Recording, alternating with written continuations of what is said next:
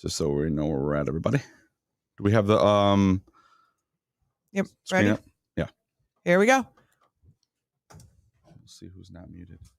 7 days a geek, 7 days a geek, oh, 7 days a geek, 7 days a geek, oh. Greetings and salutations, get ready to binge watch with 3 geeks. Couldn't stop cold from eating, now he's a workout keto neighbor. Jason the Angry Ginger from Monkey Poo Studios, Limp and Quad Father gives us therapy from this couch. We're talking Netflix and Hulu, everything in the streaming world. Join our weekly watch party, first let's catch up with the geeks. What are you geeking out about? 7 days a geek, 7 days a geek, oh, 7 days a geek, 7 days a geek, oh, 7 days a geek. Oh. Greetings and salutations, and welcome to day 2 of our Podtoberfest. This is going to be a shorter edition. We've got 6 hours planned, even though the last hour on my sheet says hour 8. It's a lie. So it's not true. We had a bit of a heated discussion going into this, so we're going to pretend to all be friends.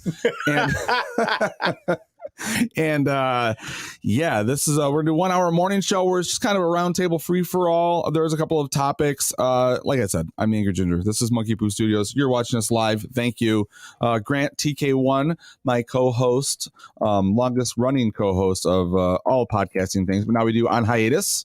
We're going into our 2nd season. We've got some episodes recorded. We're going to do some live episodes today, and we've never done that with that show. So nope, that's going to be flying without a net. Yeah, sure. Well, I mean, usually we just turn the mics on and fly without a net anyway. So Kyle, she's our producer. She's running everything over there. So say thank you, Kyle. Thank you. Well, I meant and Brian's going to sit here this hour, one of our, longtime listeners who's listening or playing on Twitter right now. I'm sure he'll chime in if he's got something to say. And he wrote a question, especially if he turns the mic the right way and he talks right into it. Oh, sorry, I forgot these were sideways versions. There you go. It's okay. I do it wrong all the time, and then he looks at me like, fix it. You just, I'm getting better. Yeah, you are. Yeah, I like my ATR 2100s at home. You're used to that, yeah. It takes me a little time. Talking to this part.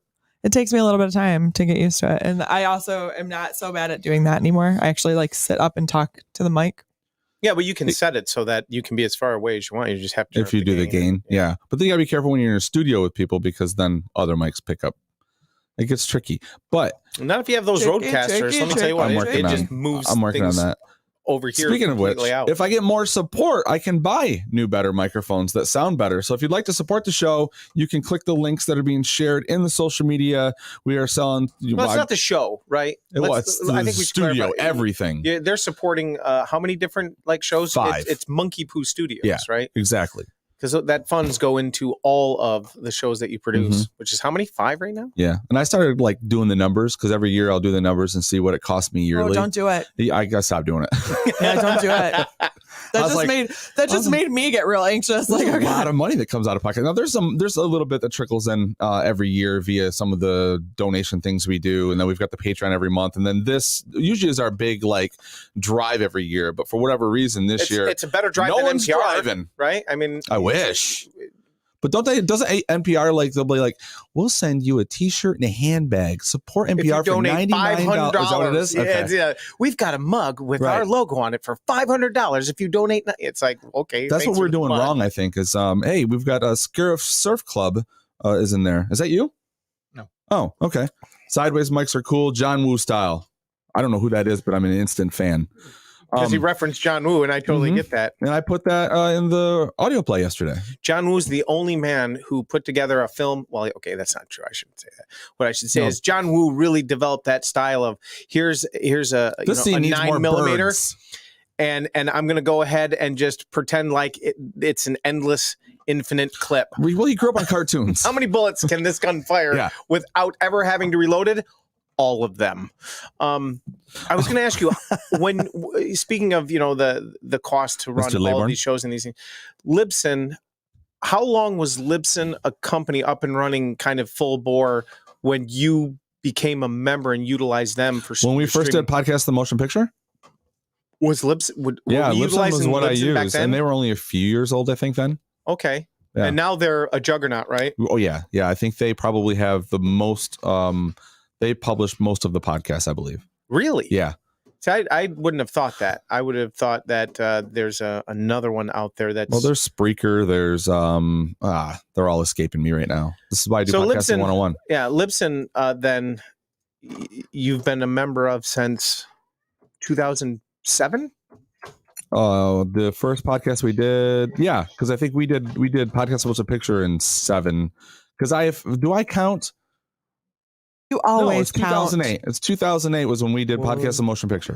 13 years ago. So yeah, and I used them then. Okay. And I think they've been around 15, 17 years, something like that. Very nice. Mm-hmm. Scarif is Cole's nemesis, apparently. Right. Welcome to the room, Mike buddy. Claiborne. How does... that guy, that Mike. Yes, him. You can't act like that because that's we just all know. No, she just act like that. And she was telling you She's what it trying was. to, like Mike Claiborne. Like, Yeah. I know who Mike Claiborne is. is he listens For to listeners our of the Fact show, Club. for listeners of Fact I Club, don't listen to the show.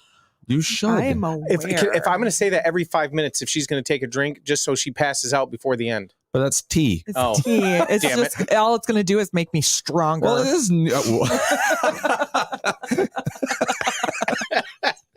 I want to take a minute and say, Mike, if there's anything you want me to do to Cole while I'm in studio, let me know. I think what I want to know is how did Mike become Cole's nemesis? Explain this to the listeners. It's a round table hour, so we can just talk about whatever. So yes, Mike Claiborne listens to Fact, which is our From a Certain Point of View podcast. He's a huge Star Wars fan, knows way more than we do, and he way more. Yeah. Way but more. That's a joke. So of the should show. he have his own Star? I think he does. Does he have? Does Laybourne have his own? I don't remember. Laybourne Mike, does. let us know. Do you have your own show? I don't think I can't remember Laybourne's one that does have his own, but he's very knowledgeable. Oh, like good Brian morning, here. Tom. I'm so glad to see you back. We have a lot of So what you're saying is, in the world of bad taste, his is bigger than all of yours, right? Well, in your point of view, yes, yes. Who is this? Sorry. Back down to not producer. Man, that was a short job. Services role is open. So there's he likes to chime in with things, and the one that really got Cole was he compared us all to Star Wars characters and said that Cole was the C-3PO of ouch. Yeah. Ouch. So now it's originally it was I hope you win the we had a Darksaber. Yeah, I hope you win the Darksaber. Yeah, so I was wishing everyone to win the Darksaber when we were doing that giveaway, and then it was I hope you impale yourself with the Darksaber, I think is what Cole said. So that became a running joke. So now Mike likes to pick on Cole. Gotcha. Huh? Yeah, and there's been times when I've expected to hear the Laybourne coming from Cole. Yeah. Yeah. I'm gonna take a minute. I'm gonna disappear from the screen. Don't miss me, but I need to plug my laptop in and unplug a printer. So he's dead. Go ahead. Talk amongst yourselves. This is the moment that we take over. Doing it. This is the moment I take over Monkey Poo Studios. It's mine. Wow. All right. If she can just figure out how to turn off the volume when somebody calls in on her messenger. Well, my ex-husband called. To the left, Jay. To the left. Oh my God, that would have been ripe for podcasting. Why didn't you answer? I'm not doing that. Can you imagine that? Like, just put them on live. Not only are you being recorded, but hey, you're live on the show right now. Yes. Now everyone will know what a dick you are. I was calling to let you know. I don't know that he's a dick. Child support. I don't know. I don't know who he is or what he's about. I just wanted to put that out. I assume he's not the greatest guy if you divorced him. Well, no, that's not true. He's probably a great guy. He's just not the greatest guy for her. You know what? That's a terrible thing for me to say because really, I don't know enough about her. She could be terrible, and he divorced her. Right. I mean, I know I'm a delight. It's really comes down to perspective. Well, I would say Grant would not call you a delight right now, but I would say you're a catch. Like herpes. Well, you know what? I keep coming back. Did I have cream for you? That's true. Yeah. As long as he's a good dad to the child, we're good. Yep. There you go. Yeah. Oh my God, look at that. That's so nice. I feel like we had a moment just now. Oh my God. Well, as the bonus dad, the only one in here who is a bonus dad. What's a bonus dad? He became a dad through marriage. I became a dad through marriage, and my stepson had already lost his a father. Bonus dad? Oh, okay. Yeah. So I'd never heard that term. Is that an official thing? Like, is that how you prefer to be identified I don't know as? if there's a. Oh my God! I'm gonna murder him. You know what? I think you need to chill. I identify as you a need to bonus lighten dad. up about it. Otherwise, you're gonna have a long haul when you keep coming back, herpes. Oh, it's funny. Okay. One of the things that I wanted to bring to the table, over the past day or so, and I know later on this afternoon you've got stuff going towards Only Murders in the Building. Yeah. The comedy, drama, adventure. I don't even know what to call it. Like it fits so many it's different. Structured around podcasting. So I thought for a podcasting 101 live episode would be kind of fun to compare Only Murders in the Building and how lessons you can learn from it. But it's about true crime sleuths, right? Everyday people who create a podcast. So there's another one that's done like this on the sequel I hear is going to be called Don't Fuck with Mabel. Have you seen the last episode? Don't fuck with the neighbor guy's cat. Hey, you guys can't talk about it now. You got to talk about it during the hour. Have you seen the last episode of this? Yeah. Yeah, you did. Okay. Were you here yesterday when we went down a rabbit hole of the whole last episode? I don't know if I was paying attention. Okay, we're going to get to that in a minute too after this because so hang on. A lot of stress. So what I was gonna say is that there's another show on Apple called Truth Be Told. Is this the one that has Octavia Spencer and Kate Hudson? So that's season 2. Yep. Right. Yep. So there's been 2 seasons, and I have to say, season 1 I rather enjoyed. And it's kind of a similar premise, right? She's a podcaster who. Oh yeah, that's right. I saw the commercial of that. Who basically solves a crime in season 1, and then this is more of a dramatic. Oh, it's hardcore dramatic. Very little comedy, if at all. There's in season 2, I don't recollect any brevity whatsoever. And so season 1, I was like, oh, this is pretty enjoyable. Season 2 comes out, it's like, oh, Kate Hudson. So, I'm watching the series and we're binging it. And I have to say to anyone who's listening that thought, maybe I'll check this out. Don't. Oh. It's a hot piece of steaming garbage. It's So they drop the ball, jump the shark because you enjoyed the first season if you went to the second season, right? Right. Okay. Right. Yeah. It just there's so many things that happen that the characters do that it just doesn't add up. Their motivations, they don't stay true to the writing. Octavia Spencer's character is literally one of the worst human beings on the planet. Like that doesn't make it entertaining for you though, does it? Like you don't like to when watch I say worst, no. What I mean is like her character is so like does she punch babies? Inconsiderate to other people and what her motivations do in hurting them, or is it just about solving the case? Yeah, no matter what. Okay. And then the entire season they really do a great job of giving you the impression. I'm going to spoil the shit out of this, so I don't even care. I'll never watch it. That Kate Hudson is, at first you think, you're gonna. Of course, I could have told you she's a killer because she's not. That's just it. Oh. They literally give zero inclination to who the killer is and their motivations and all the clues. No red herrings, nothing. No leads. Nothing. Well, that's part of the fun of watching a show like that. Here's Kate Hudson. She's guilty. Look at all these things and how she's tied to it. And then in the last episode, like, haha, it's not her. Even though she did all these other horrible things that she is guilty of, but this wasn't her. The main plot line, the main story that they basically fed you all this, it just turns to be like her assistant or something that did it all. Now I know you're a big reader on things. So did you like scroll through? Nothing. I went in completely blind. No, what I'm saying is like now that you've seen it, did you go back and see what other people are saying about it? Like are their feelings the same as yours? I literally am going to, other than discussing it here. Yeah. I'll never talk about it again. It's such a waste of time and effort and energy. It was beyond a disappointment. Like it was so bad. It wasn't bad. Like it was so bad. It was good. It was so bad. It sucked. Like it just a waste of time. But when you look at, and so here you have 2 different shows that are kind of have the same premise to a lesser extent, right? Murder mystery podcasters. I will say who was really great in it, in season 2 was it Mekhi Phifer? I think who plays like a retired cop who helps her out, on the beat, solving the crimes, and it was a terrible show. But so you got these 2 shows about true crime podcasting, and if you were to watch them both, you would see that one is far superior, and that's Only Murders in the Building, and it's not just because of the actors in it, right, or the characters. It's the writing. It's the way the story rounds itself out, and the way the plot moves forward, and the actual red herrings that, are difficult to see at first. And then, as the story unravels, you're like, aha, that makes sense that this would be because they planted this seed and they did this and da-da-da. Watching multiple, each episode I watch multiple times with Only Murders, and there are so many little seeds or foreshadowing or things that are just said like in a conversation that pick up later that have purpose. It is a brilliantly written show.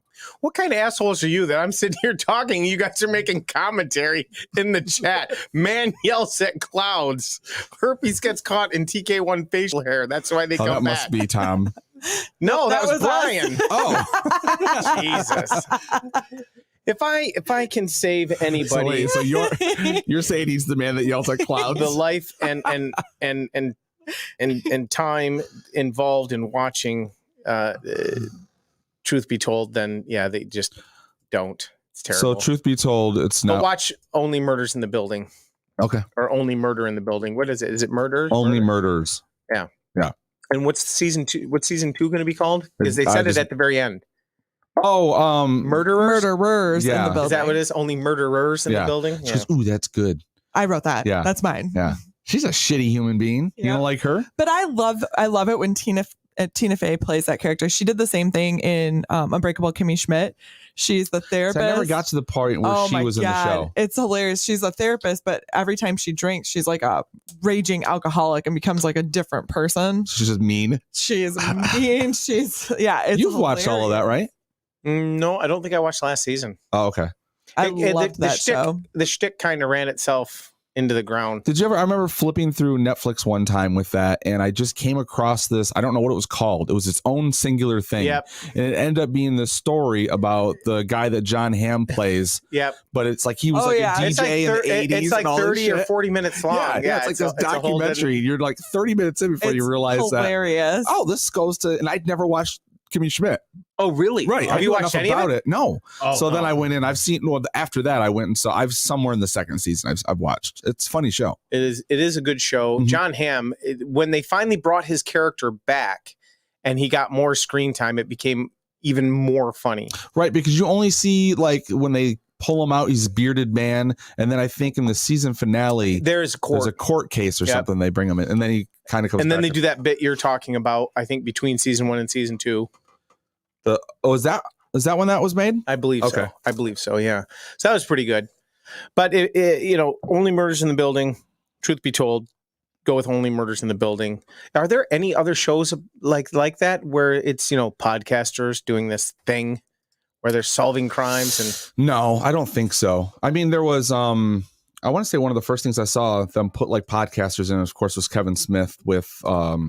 I just want to do hashtag Walrus. Yes. Walrus. No, was it Tusk? Tusk? Yes, Walrus. Yeah, that's where they that's based the name of the original script was Walrus. The hashtag was I'm just kidding, I Walrus. have no Yes, idea. if you wanted him to make the movie, because it started off as it was a story they found on. Was it Reddit somewhere? Some ridiculous story. It was like a guy was looking for someone to come move in, and the stipulations were they had Creepypasta. No, shit. Nope, it wasn't that, but something like that. Isn't it? What are those called? I don't know. Creepypasta? Isn't creepypasta part of the Five Nights at Freddy's? Because my kids talk about it all the time. No, I forget. I may be right. I may be wrong. I thought creepypasta was like this name they gave these stories from the internet that were disturbing and weird. And Oh, okay.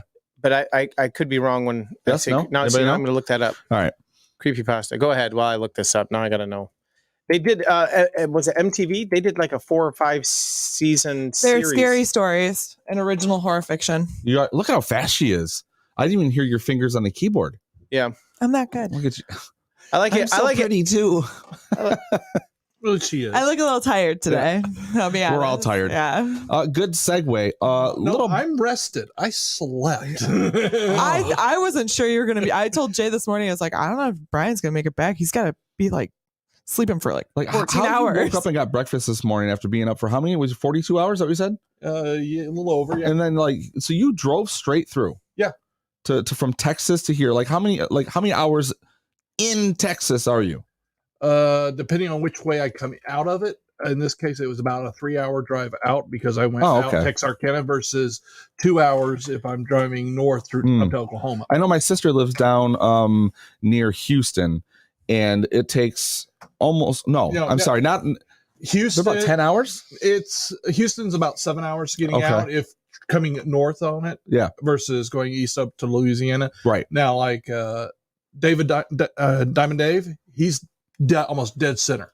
Okay. It's like an extra day of vacation just planning getting out of the state. Nuts. I had cousins that lived down in McAllen, Texas, where they were the border of Mexico. And when they would come up, it was a full day drive just to get out of Texas. Yeah. Then another day to get to Michigan. I plan all my trips so that day one is usually starting in the evening and getting out of either Texas and Oklahoma or Texas and Arkansas, just so I can finally feel like I'm on vacation. Somewhere, yeah. All is not okay in Oklahoma. We'll talk about that later. But yeah, so I guess to lead into the I guess we're talking about Podtoberfest. We're talking about travel, being tired, prepping this day. It's stressful. I was a little worked up this morning. The scheduling gets a little crazy. I almost so like a week ago, I was like, you know what? The way this is bouncing around, I had to swap like full day schedules to make it work with people, and then content wasn't working with other people. I was like, you know what? Just let's merge all this content. But I still had so much. I was like, I'm not going to do 24 hours of podcasting. That about killed Grant and I. Staying up, like just doing a fucking full straight 24 hours.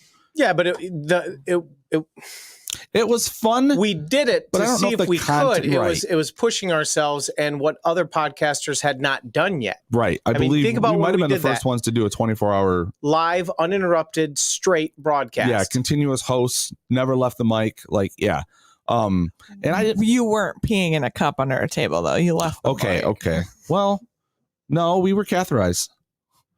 That was one of Bill's jobs. He got right down in there and fed the tube. It was uncomfortable, but we made it. But yeah, no, we didn't look in each other's eyes when it happened. I would have demanded you looked in my eyes. Avert your gaze. Avert your gaze. Yeah, that's one of the things that you can look back on and say, we did something, we tested ourselves and we succeeded. Yeah. And then what was it? Year two, we split into 2 days. Yep.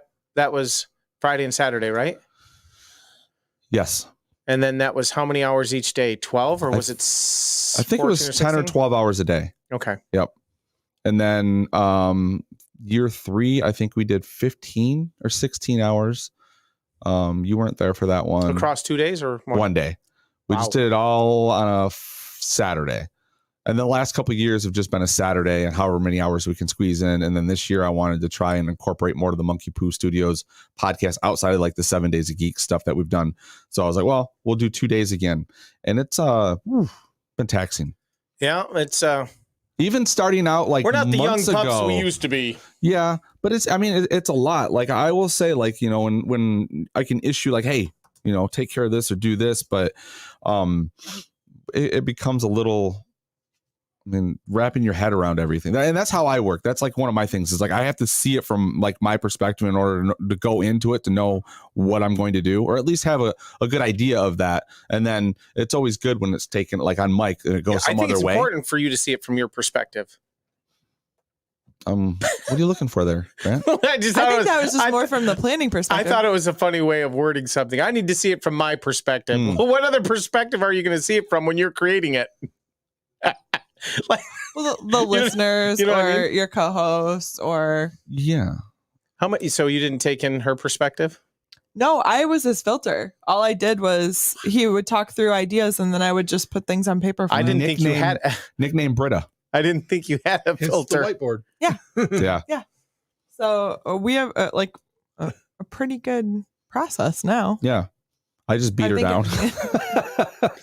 Do it this way. Yeah. What are you looking at over there? I'm looking at the boards. That's not that was like just stuff to do one day. Yeah. Yeah. Wow. Yeah, there's a lot of going. You need more time. Thank you. Can you squeeze a few more hours into 24? I'm going to squeeze you. Hey-o. See, I would talk about a movie that just came out called 27-Hour Day, but it's on a channel that you don't watch. 27-hour day.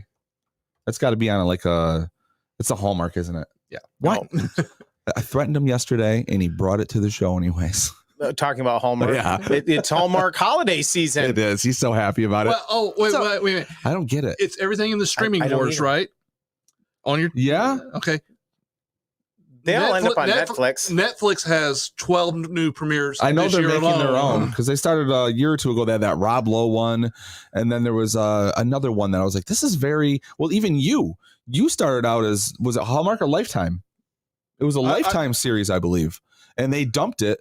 But when they dumped it, it was popular on Netflix. So Netflix is like, "We'll make more." Or maybe they were in tandem. I never was big on the Hallmark movies like Neil and Annalise or Brian or my dad their little did nothing but play them 24 hours a day. But I always loved the Women in Danger Lifetime series. Like what was that? The most famous one that I like.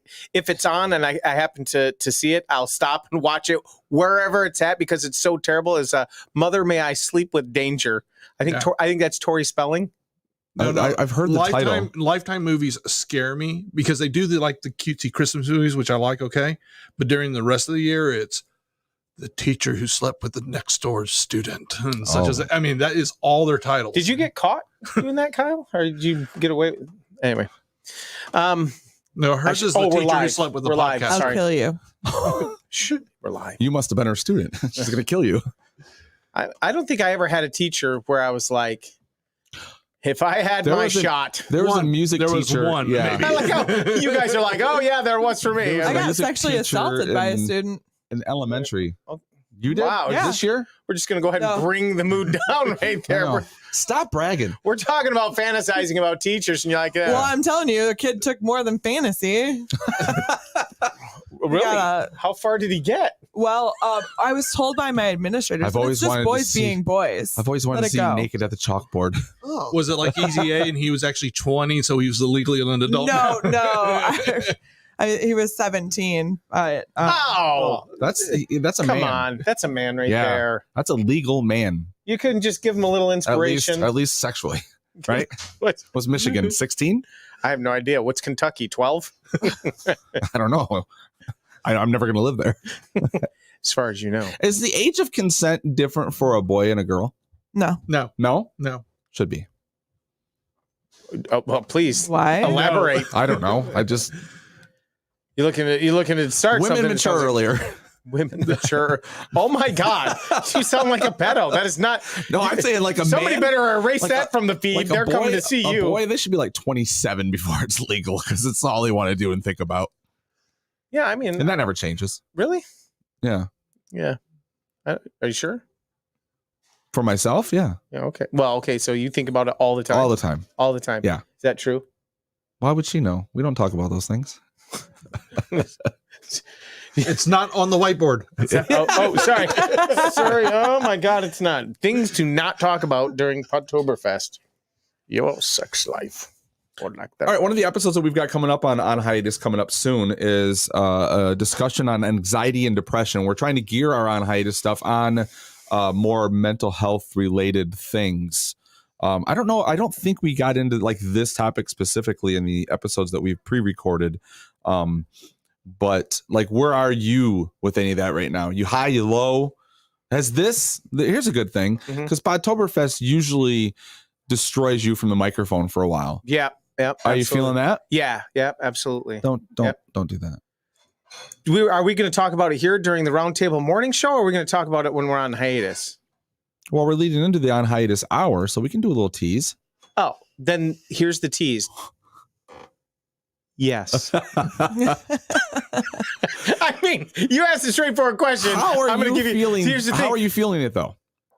But well, see that then I'm not teasing. Then I'm answering the question. The question is, am I feeling that? Yeah. And the answer is yes. I went home and absolutely felt that. It was actually a rather long discussion. Really? Well, yeah.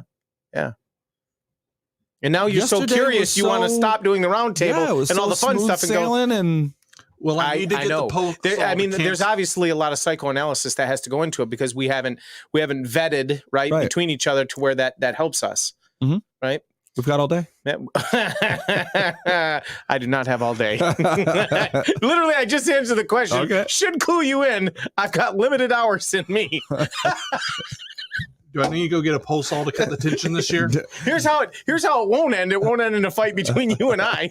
Well, no, I've got nothing to be angry at you about. I made that joke because Brian's I know. across from here. Yeah, I know, it's but the same for people. It is too. This is ripe for the moment. No, here's the thing: is you brought that yes, up but so I'm many across times. the table this time. He can't reach me. I can back up. You've brought it up so many times. I feel like there is like a fear that you think it's going to happen again. So like you're like, oh, that's going to happen soon. I'm leaving.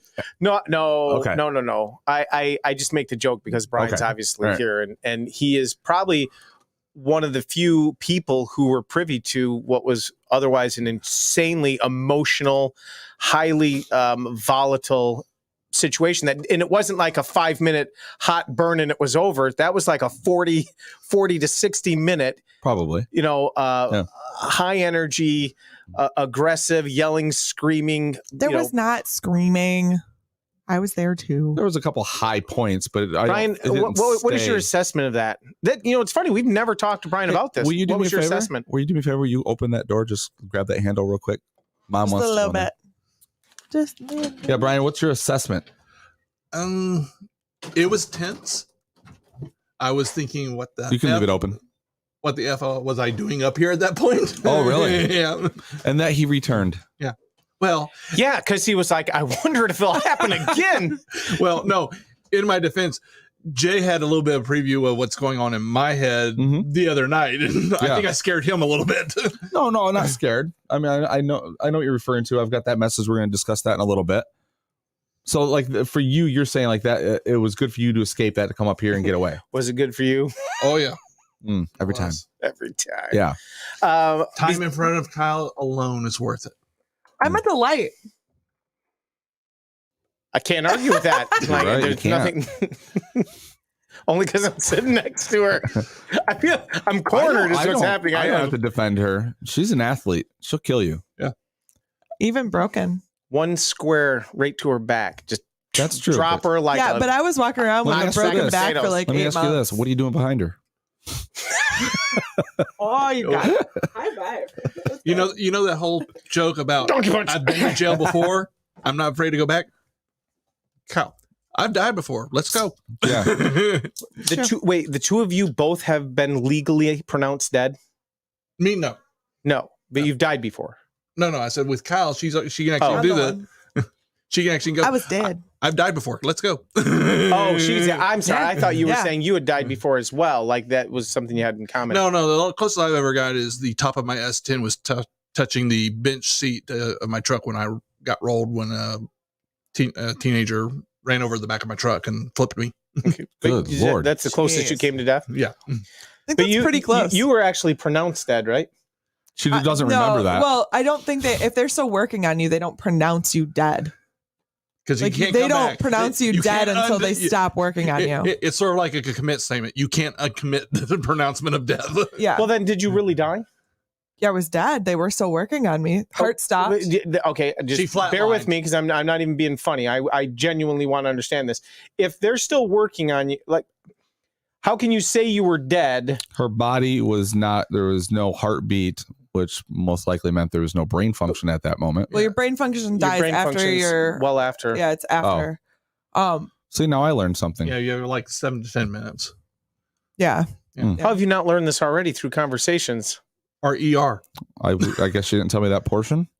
Well, that's an important. I mean, I think that's. I think it's a bonding moment. I wasn't like, did your brain stop? No, I don't believe I was out there for that long, but they so anywhere on your medical records does it say that you were dead, they continued to work on you and brought you back to life? Yeah. Oh, okay. So you were pronounced dead. I wasn't pronouncing someone dead. You're filling out a death certificate when you pronounce them dead. There was no death certificate. They brought me back. There's lots of people in medical shows who say I died, and they brought you back right? from the dead, but you weren't dead. I was dead. They just hadn't pronounced. Like your heart stopped. If your heart stops beating, then you're dead. So it's not the brain that creates the pronouncement. The pronouncement. If they're okay, so my understanding is that so let's say you're brain dead and you're hooked up, and they're keeping your body functioning because you're essentially like there's nothing happening. Your body can't make itself work on its own. You unplug it, the heart stops, everything stops, you're dead.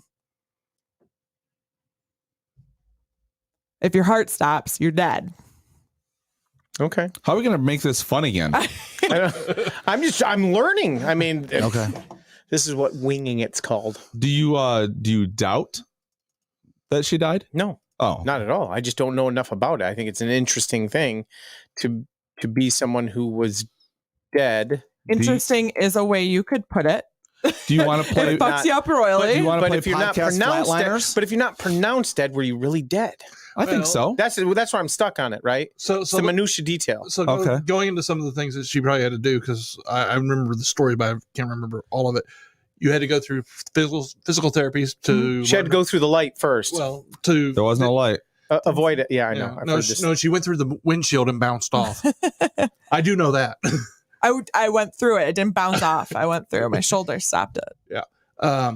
It was more of a she was shot off the car. Yeah, he slammed on the brakes and then shot me from the windshield, from being in the windshield into the trees. And then the tree stopped me. So it was like 2x. Where was this? Where was the seatbelt during this? I wasn't in a car. I was walking. See, I don't know the story. Oh, okay. You don't know anything. That makes it even more entertaining. Just throw questions out you've already answered 1,000 times. Wowzers. Holy shit. I don't know anything. Is this part of He doesn't listen to the podcast. Well, no, that's what I was going to say. Is this part of your worry? Is your worry like when you ask questions because your joke is I don't listen to the podcast and then we give you shit for it?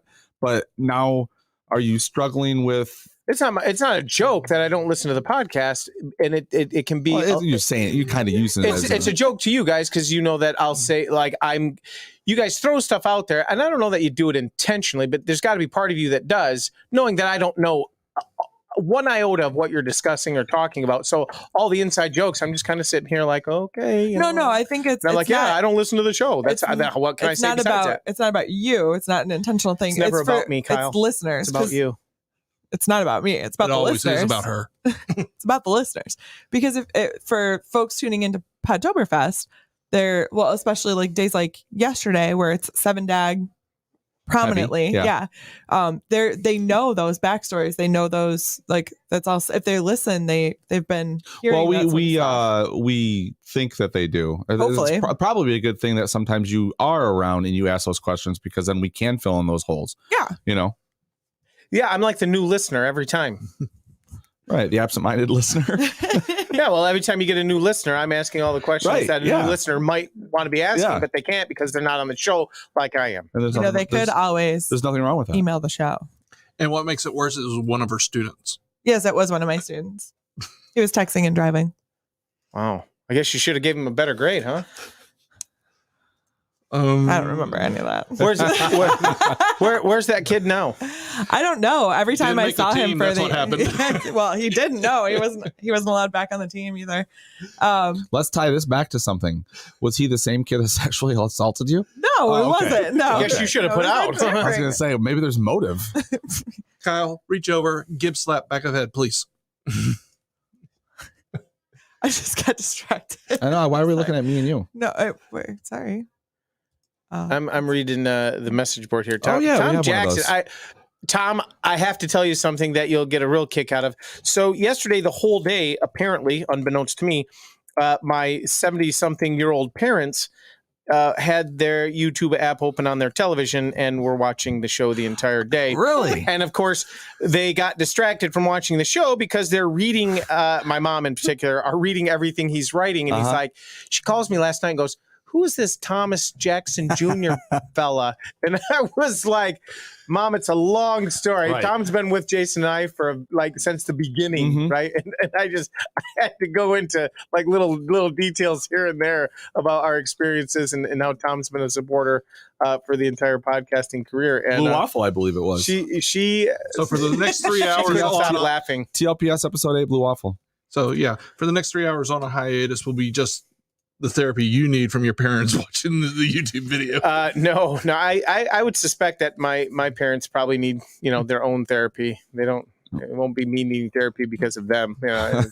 If you ever heard my mom on the show, like she's a firecracker. She's different. She cracks me up every time. You want to know anything, she just gives it to you straight. Let's call her. One of the funniest fucking episodes is when you called and asked about your sex life. They were still having sex life. Oh my God. That was super funny. I got a kick out of that. I was driving home from dropping my daughter off in Kalamazoo and I had to pull over. I was crying. Really? I was laughing so hard. Yep.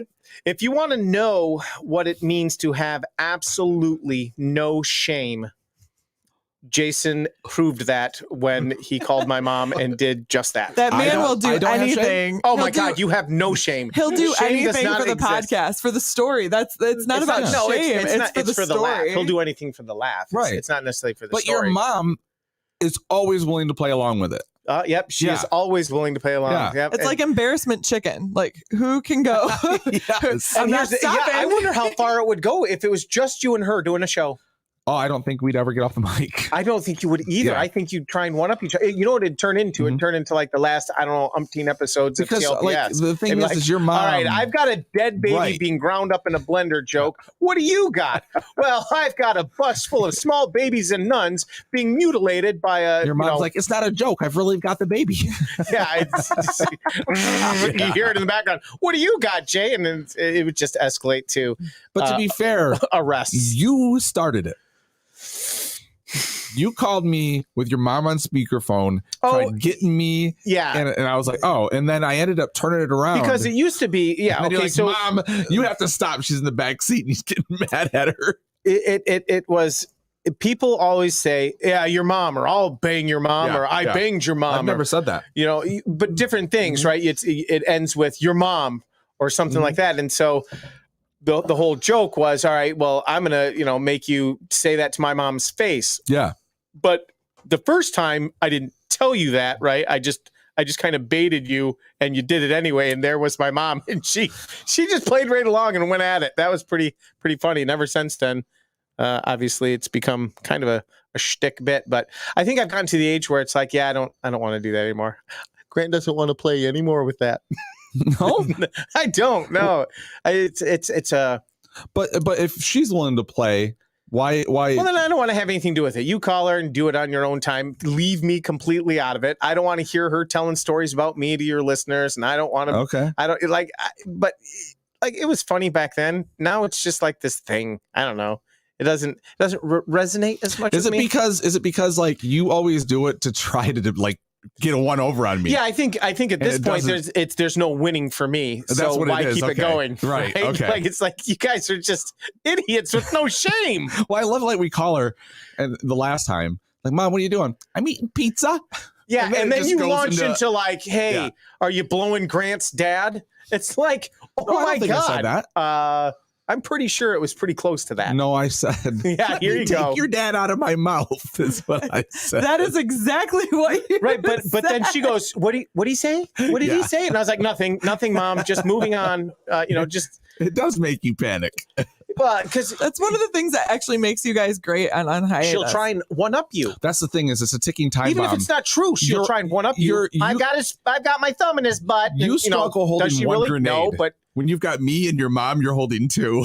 Yeah, that's what it is. I'm sweating just talking about it. Like literally, I'm getting all like anxious and we said too much. You guys are, one of the things that's great is when you're having those moments, or you guys have these like stressful little pregnant pauses while you're trying to figure out like, all right, so are we going to go here or are we not going to go here? Or, it's almost like I can see the plotting happening in front of me, and it's fantastic. There's not a lot of places we haven't gone. And sometimes it almost feels a little repetitive.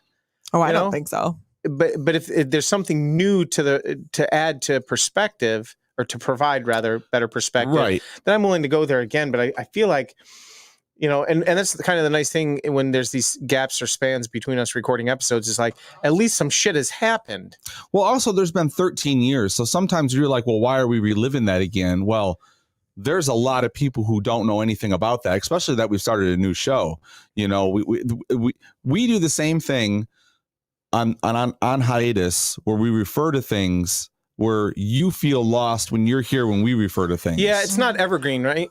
Well, it is. No, well, it's not. It's the story of our lives. No, which is evergreen to the listener. It's not. Yeah, there's been plenty of times when I've had to. I'll be listening on hiatus, and I'll message him, and I'm like, "What are you talking? Like, you guys both know the story, and I don't know if it's because I wasn't a full-time listener to TLPS or one of the other shows, that I missed something, and I'll ask him for clarification. It happened all the time. I think the thing that I've struggled with, and we can bring this up on hiatus, or you can make a note of it, is it is a little bit of that. Like anyone, like say Thomas Junior Jackson and the other large group of people who have followed since the very beginning. You know, if they're listening to all your different shows, or at least the shows I don't think there's many listeners that listen to all. Let me rephrase. If they're listening to all the shows that you and I do and participate in together, there's definitely this thought process I have where I find myself telling kind of the same stories. And while I get the point of like, oh, this could, you know, be good for a new listener, but it's all these other listeners who I imagine are like, yep, I've heard Grant tell this story before. Yep. Oh, here he goes telling that story again. This, to me, that's when have you ever had a listener contact you and say again? Because look at Bert Kreischer. No, he tells the machine story every time. Sure, comedians, right? We're not comedians, or I'm not. You are. You're funny, right? They go on stage because they have a set of jokes. And to a lesser extent, I feel like, though not a comedian, I come on stage, I come on the set, I come on the show with like the same, 20 stories in my back pocket. Right. Even though I probably have more stories I could tell or share, but somehow it always just works out to be these same small little bits. Isn't that kind of true for everyone though? Like everyone kind of has those go-to. Like when you know me for a long time, if you see me have a new friend, you'll probably hear me tell stories you've heard year, because those stories are new to that person. Sure. So I guess what I'm talking about is the different shows that we've done together, including on hiatus. I mean, some of the stories we've talked about on hiatus, when correlating the challenges or the mental issues, I refer to stories I've already told before. Yes. Specifically on TLPS. Like if you take all the stuff I hated about TLPS out of it, as it escalated 4 episodes into vulgarity right, and you just pull out the threads of what was happening in our life, there's a full story there without repetition. Yes. Right. Yes. There isn't the repeating of stories because we were following along week by week, month by month. Of what was happening in our lives. And so there was never me really repeating the hemorrhoid story, right? But every show that we've done thereafter, those stories have come up again. And I sometimes I get anxious or I feel weird or like I just don't have anything new to say when I know that I just told a story on this show that I had told on what would be considered probably a incredibly popular show at the time. Well, you guys have been married for 20 years, for lack of a better term. We're just going to call it like that. And I see you as 15. Okay. So 18. We had last night during one of the last sessions, they were going over their small crimes they've committed. Okay. Which there's going to be a double today on one. Yeah. Okay. So the Burger King story, McDonald's story, where he basically robbed one, you probably have heard before. We're going to discuss it in the next episode. I don't think I actually had. I think he brought that one up and he asked me before he decided to put that down. You weren't in TLPS when we told that story. So you may never How many episodes was I actually 8, in the psychiatric hospital for? There's 8. Well, there was like 2 or 3, but then you didn't come back for a while. I was out. I think there's 6 or 8 episodes you did not do, nor will you go back and listen to. So surprise, the next rest of the day, we're going to listen to and narrate it. But that's just what's going to happen when you've had long-term friendships and long-term relationships. You have the big stories that are more emotionally impactful that will be the funnier ones to tell compared to the secondary or tertiary stories. And those unfortunately are what get repeated when new people come around that you get. Yeah, but I never, like when I'm doing this show or doing on Hayes, I try not to think about anybody who's listening, or it just make things worse for me, right? I try and just be in the moment. It really should be Jay, you and us, yes. Yeah, it should be. Because I don't like the idea of rehashing the same stories over unless I'm bringing new perspective to it. Like if I refer to something, I need to have something new to say. And I'll be honest with you, and this is where I'm struggling, and we can talk about it next hour, is I just don't feel like I have anything new to say. And you come every week, especially with 7DAG being structured the way it is, right? You're talking streaming media, movies, trailers, whatever it is. There's new material coming out that you can speak to, bring your brand of comedy to, your intellect, with writing and directing and everything cinema. I'm glad you see me like that. Yeah, of course I do. Well, I think the difference is like you're focusing on the stories that you're sharing, and what people are hearing and on hiatus is actually like you're maybe using those stories, but your focus or your frame for those stories is changed. So when you're talking about anxiety and depression, you may use a story that somebody has already heard in one way, shape, or form, but it may be illustrative of some other aspect. That's pretty brilliant, because when we get into one of these hours, that's sort of what my expectation is to maybe tell old stories, but reframe them, or what did we learn from them? Because we've never done that. We've never looked at our silly little things or the crimes we've done and looked at them from like the mental health aspect, or like the what did we take away from it? Was there a lesson learned? Right. I took away that I got away scot-free. Okay, so not to cut you off, but it looks like we're going to have more of these conversations. We've kind of alluded to a bunch of stuff, and we've got 5 more hours. So stick with us. We're going to come back. We're going to do more of this, and we'll go. we'll go. What Tom say? We're going to go right back into the stories. I have to turn the chat off, because if I read the chat while I'm trying to talk, Tom says, "Remember that time Jay tried to bury Grant alive?" Remember the time Grant and Jay called me on the phone? He was at a bookstore and we wanted him to read the back of a romance novel, because I thought he called and left a voicemail. Did we call him? I think that was a challenge that we put out, and he did it. He went, like, he was either at the bookstore or went to the bookstore. I don't remember. And he had one of those smut novels, wasn't it? Yes. And because that's when you guys would make me read the back of books. Yep. My wife still thinks that's hilarious. Mm-hmm. All right. We need to get out here real quick. We'll be back. We'll be back in a minute. Late. Bye. Geek out. Bye.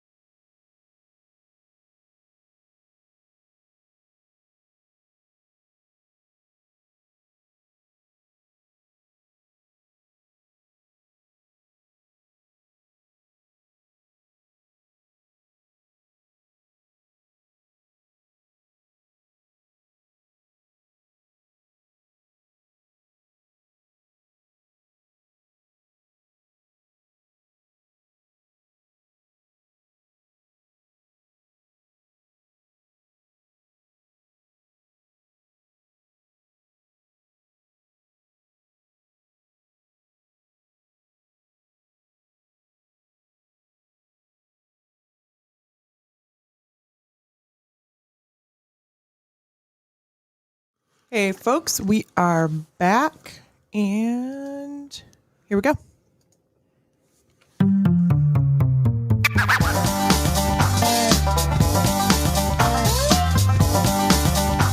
And then silly stuff happens.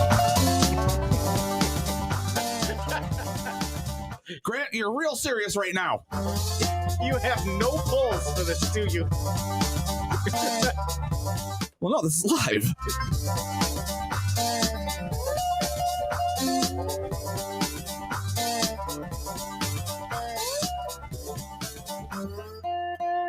And welcome to the one where Grant is happy to be here. And we're back from hiatus now with 90% less Podtoberfest donations. Oh, yeah. I thought you were going to say enthusiasm. No, I'm enthusiastic. Okay. I've been working up for that one. I wasn't ready for your comedy intro, though, which kind of took the knife out of what I was going to throw at you. Soften the blow. So, yes, if this is your first time tuning in, you are listening to On Hiatus. This is, for lack of a better way of saying it, the story of us. Right. That's what I like to tell people when we're talking.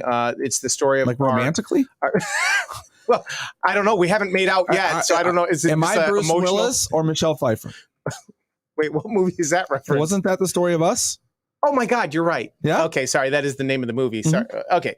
So no one saw it, so it's okay. Bad reference. Hold on.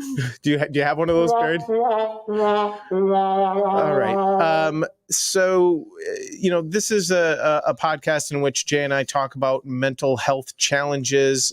We talk about the hamster that spins in our head day in and day out for one reason or another. We talk about mine got a new wheel. Yours got a bigger wheel, a smaller wheel? Yeah. Well, there's a lot of room in that brain, so it's a bigger wheel. It's just constantly going. Yeah. Well, for like the hamster for me is like the bigger wheel is like a bigger TV.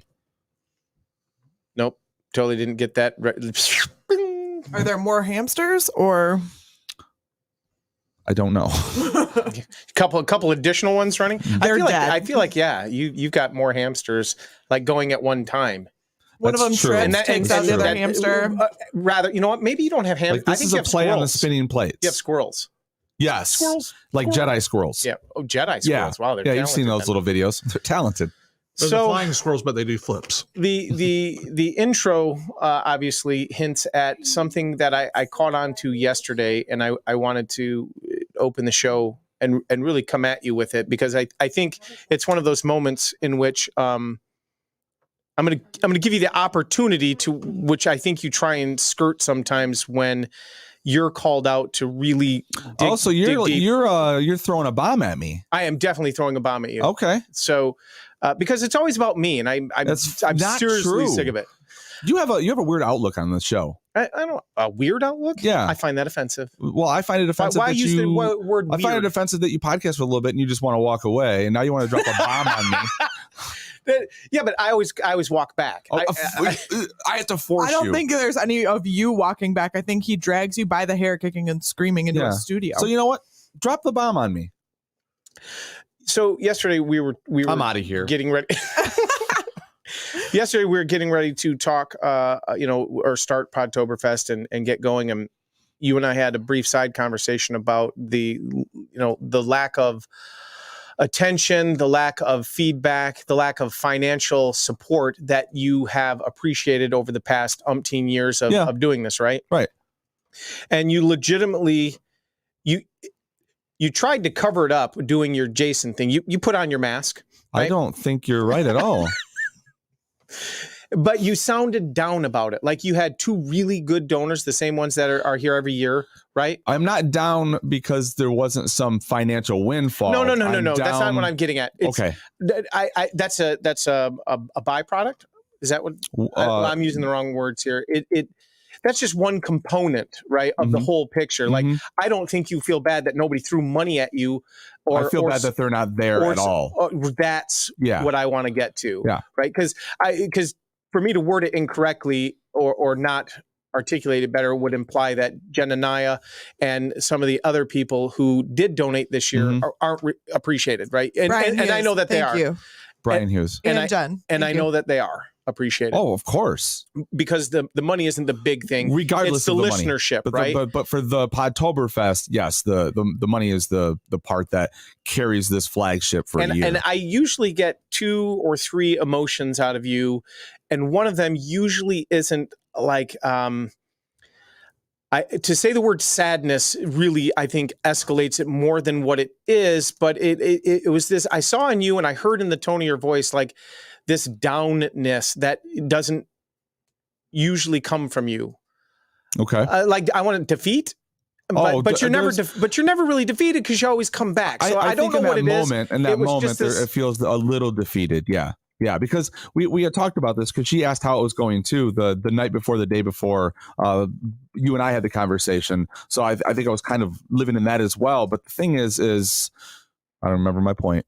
How are you processing that though? Because you've got to make the decision to do this again next year, which I suspect you will. Mm-hmm.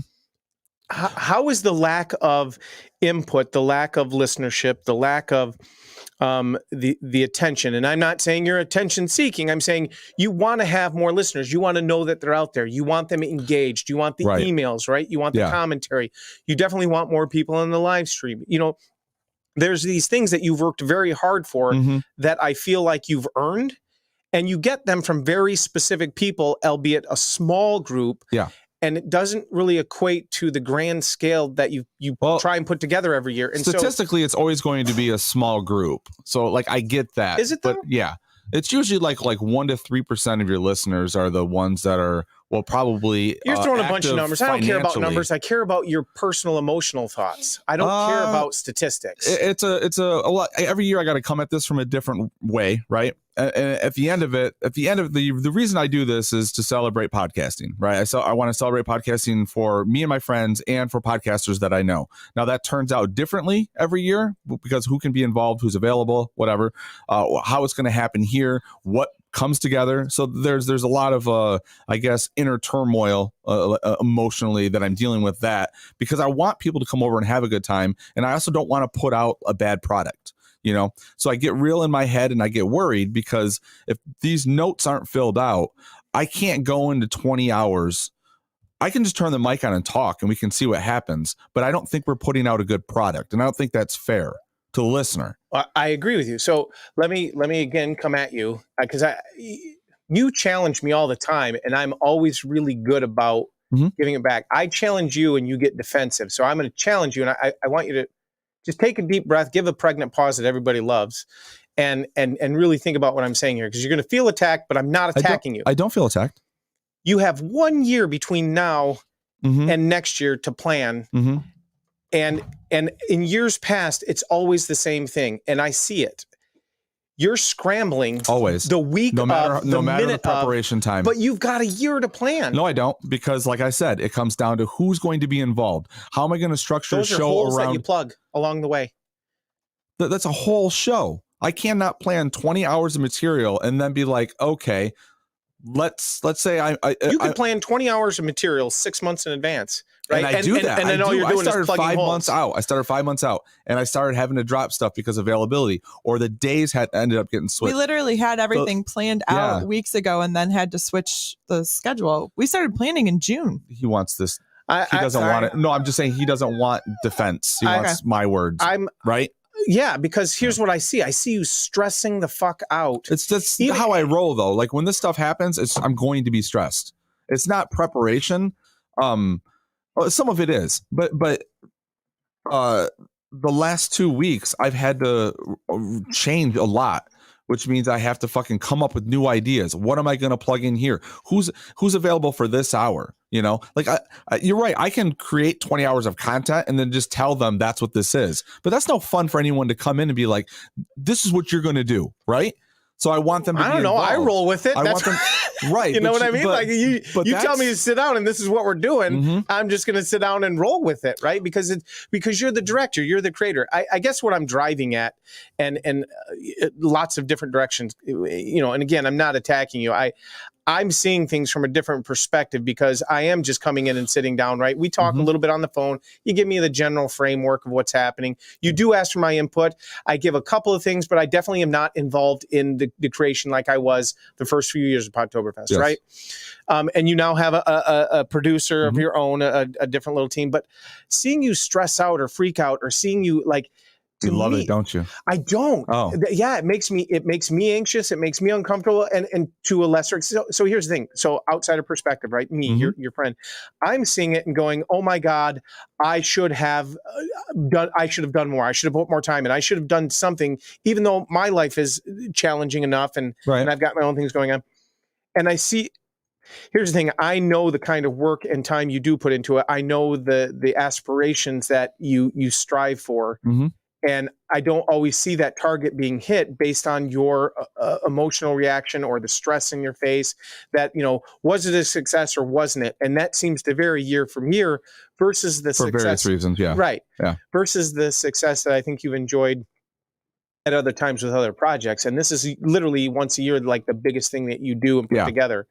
And I guess the whole reason for me bringing this up is just that I've seen you yesterday feel almost or come across a little bit defeated in that lack of acknowledgement and attention from even longtime listeners. We have just a few this year versus even last year.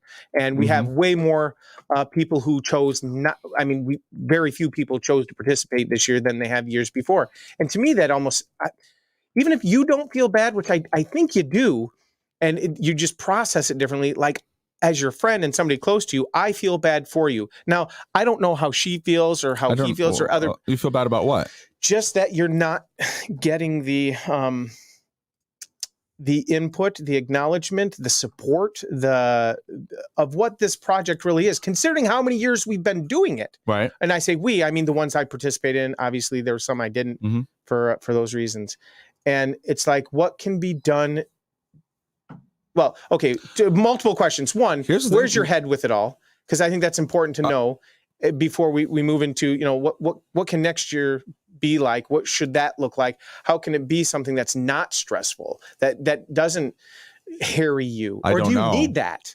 No, but I don't know, because when I'm the thing is it's not like this year is different. So then I throw in new monkey wrenches. Now I'm trying to structure different days, different hours for different shows, So there's a whole bunch of different content than just sitting down and being like, oh, we can talk about 7 movies that are turning 30 this year. That's kind of a quick little thing. We've done that multiple times. Yeah. Or the soundtrack of our lives was a thing that we've done multiple times throughout the years. I was surprised to see none of that this year. Because I put in the Pod 101 stuff, the on hiatus stuff, so stuff gets cut out, different stuff gets put in. That's a whole different structural thing that I have to do. And then I have to see who's available for that, because those are my co-hosts that are going to be doing that too. Right. So that becomes a whole balancing act as well. And I'm trying not to make it where it's just like the Jay show. I don't want this to be about me. I want everyone. I do want everyone to come have fun. I'm not implying at all that. No, I know. Okay, but I just want to be I don't I'm trying to do where everyone comes over and they have a voice, they have a say, they get to have fun. Like when I write the shit, I write it so everyone can act it out and have a good time. But that takes when you're spinning a bunch of plates and all of a sudden schedules flop around and I'm still writing a script that needs sound effects, that's where stuff gets dropped, All right. Let me use this as an example. Again, you're gonna feel like you're hammered, but I don't. You were writing that script the night before last. Yes. You have a whole year where because that wasn't the idea. The idea came to me 3 weeks ago. And I thought, you know what? I sent her a text and I was like, hey, this is kind of a funny idea, isn't it? I'm like, I'm going to try and wedge this into an hour, because I know that's always a fun thing that we do. Because before that, I didn't have that. If you gave yourself more time and more preparation, you're right. You could just put together this grand thing, right? And have plenty of lead time to market and pull in that attention and those we eyes. Marketed the shit out of this. Eyes, I meant ears. Yeah. That I think that the project deserves. Maybe people are sick of me. Here's the thing. All of this, literally all of this is stemming from, but maybe a 10-second moment between you and I, right? Yeah, where your tone and the look on your face. It is really funny that you took that much out of it. I took that much out of it because it's something that you're like, oh my God, he's a human. Because I've never seen that. Oh, you've seen it? Nah, not like that. Not like that. It wasn't like this ho-hum, woe is me thing. No, not at all. It was almost like just this. Because I don't know what to make of it. Like, you're right. Because if you look at it for all the years that I've been doing this and the shows that I have, and I see numbers, I know the audience is out there. This, for whatever reason this year, no one, for lack of a better expression, no one seemed to give a shit. Right. So like, do I do this next year? Do I put this much effort? And like, how would I have felt if I did have 5 months of shit worked into this? And here we are. And it's like, and I don't know who's listening, because there could be, I don't see numbers. I see people talking, but there could be other things, you know, and it's always been a thing that's been listened more during the 30 days of podcasts. So I'm not really let down by the fact that there's a few people in the chat room. And really, if there's a bunch of them, we wouldn't get the last of the jokes or see. The feed would just be scrolling like Twitter, and you don't get much out of that. So that's fine. Sure. So give me your ideal scenario for next year. First and foremost, I'd love to do it in Vegas next year. That 15 minutes of me kind of opening up by coming at you, that's how long it took for you to say, okay, this is what I was thinking or feeling, which I finally got there a little bit, right? Was I not answering your questions before? No, it just, there's the answering the questions from the knee-jerk response, right? Of your, like, if you put your emotional walls on a level, right? It takes a while to, like, for me, it's like, ask me a question, I'm like, here's my life story and everything that's wrong with me. And for you, it's like, you've got to chip away at it until you can kind of get because there's a lot of feelings there. You're not chipping away at anything. There's no wall. There's a lot. There's a mask into this. I hate you. Every time I say mask on the show, somebody's got to take a drink. Yes. I'll be dead within an hour. Give me a beer. True story. So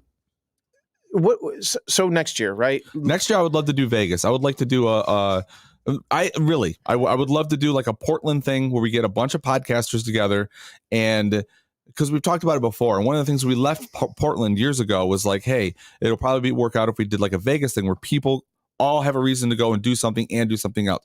I think that would be fun to do something outside of here. So I don't know. I would like that. That's what I see. I'm answering your question. Do you ever see a stopping point for you? No. Like, do you ever feel like, regardless of the audience, up or down or whatever, I enjoy this. I love doing this. It's because you're an entertainer, right? So nothing. I don't know. It's a creative outlet. But like, nothing deflates you to the point of giving up, which is great. Turn that on you then. Like, why do you? Like, when you and I yesterday, the only reason I show up, a good time. The only reason I show up is to be with you. That's it. That's literally the only reason.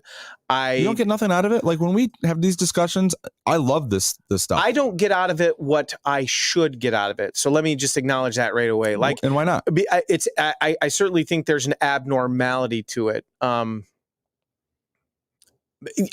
struggling with finding that answer. I think I told you this morning, or here just a little bit ago, is like, I'm still trying to so I have these emotions and these feelings and these thought processes that are a bit convoluted, and I'm trying to tie cognitive reasoning and understanding to those feelings and emotions. It's like, I have these feelings and emotions, not quite sure yet why.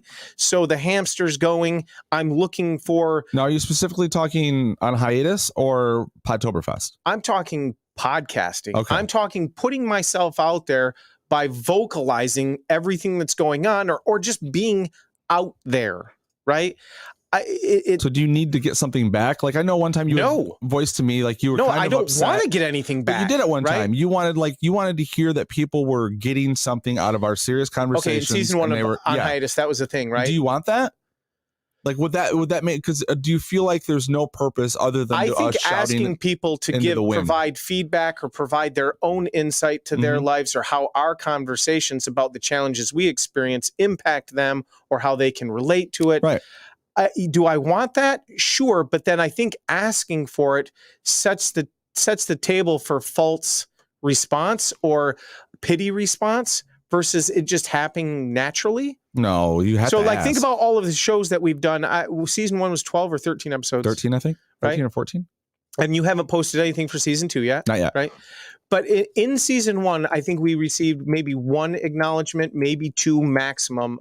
We had, I think, a specific listener who sent stuff in. And aside from that, nothing. And look, which is normal for like an early launch of something. I don't want nor need to hear, oh, you're funny, or oh, you're a great podcaster. Like, I don't care about any of that stuff. I care that I've essentially put myself out there. You know, I think of Frank from TLPS, who had multiple personality disorder. You know, they put themselves out there in spite of any kind of blowback or feedback that they would get. I struggle with putting it out there to try and help people, but then being anxious and worried about the feedback or even how I present or the fact that I'm out there at all. I mean, it's too late. The Pandora's box is open, right? Yeah. All the episodes we've ever recorded are out there. They exist in the world. Somebody's got them downloaded to their phone. If they're ever deleted from the internet, whatever, I exist. And some of that is anxiety inducing in that if I don't keep doing this, no one will ever know that I changed or I grew or I improved or things got better. And then this person that I am out in the audio world exists as that. Wow. You get what I'm saying? I do. That's so here I am. I've never had that thought. We've been sharing our lives with people since 2007, for better or worse. Yeah. And there's a lot of worse in there. We're going to get to that. Right? Yeah. And you see it as worse. I don't think your listeners see it as worse. I think your listeners see it as a way that they can connect and see like, okay, I experience those same things. It's not just me. I wouldn't know that they experience those same things. Right. Okay. That's just it. That's one component of it. So you get to go multi-case scenario. Like what? Yeah, tell me that doesn't spin the hamster, at least for someone like me. Right. Yeah. Right. Yeah. And then this is for me, I'll be done long before you.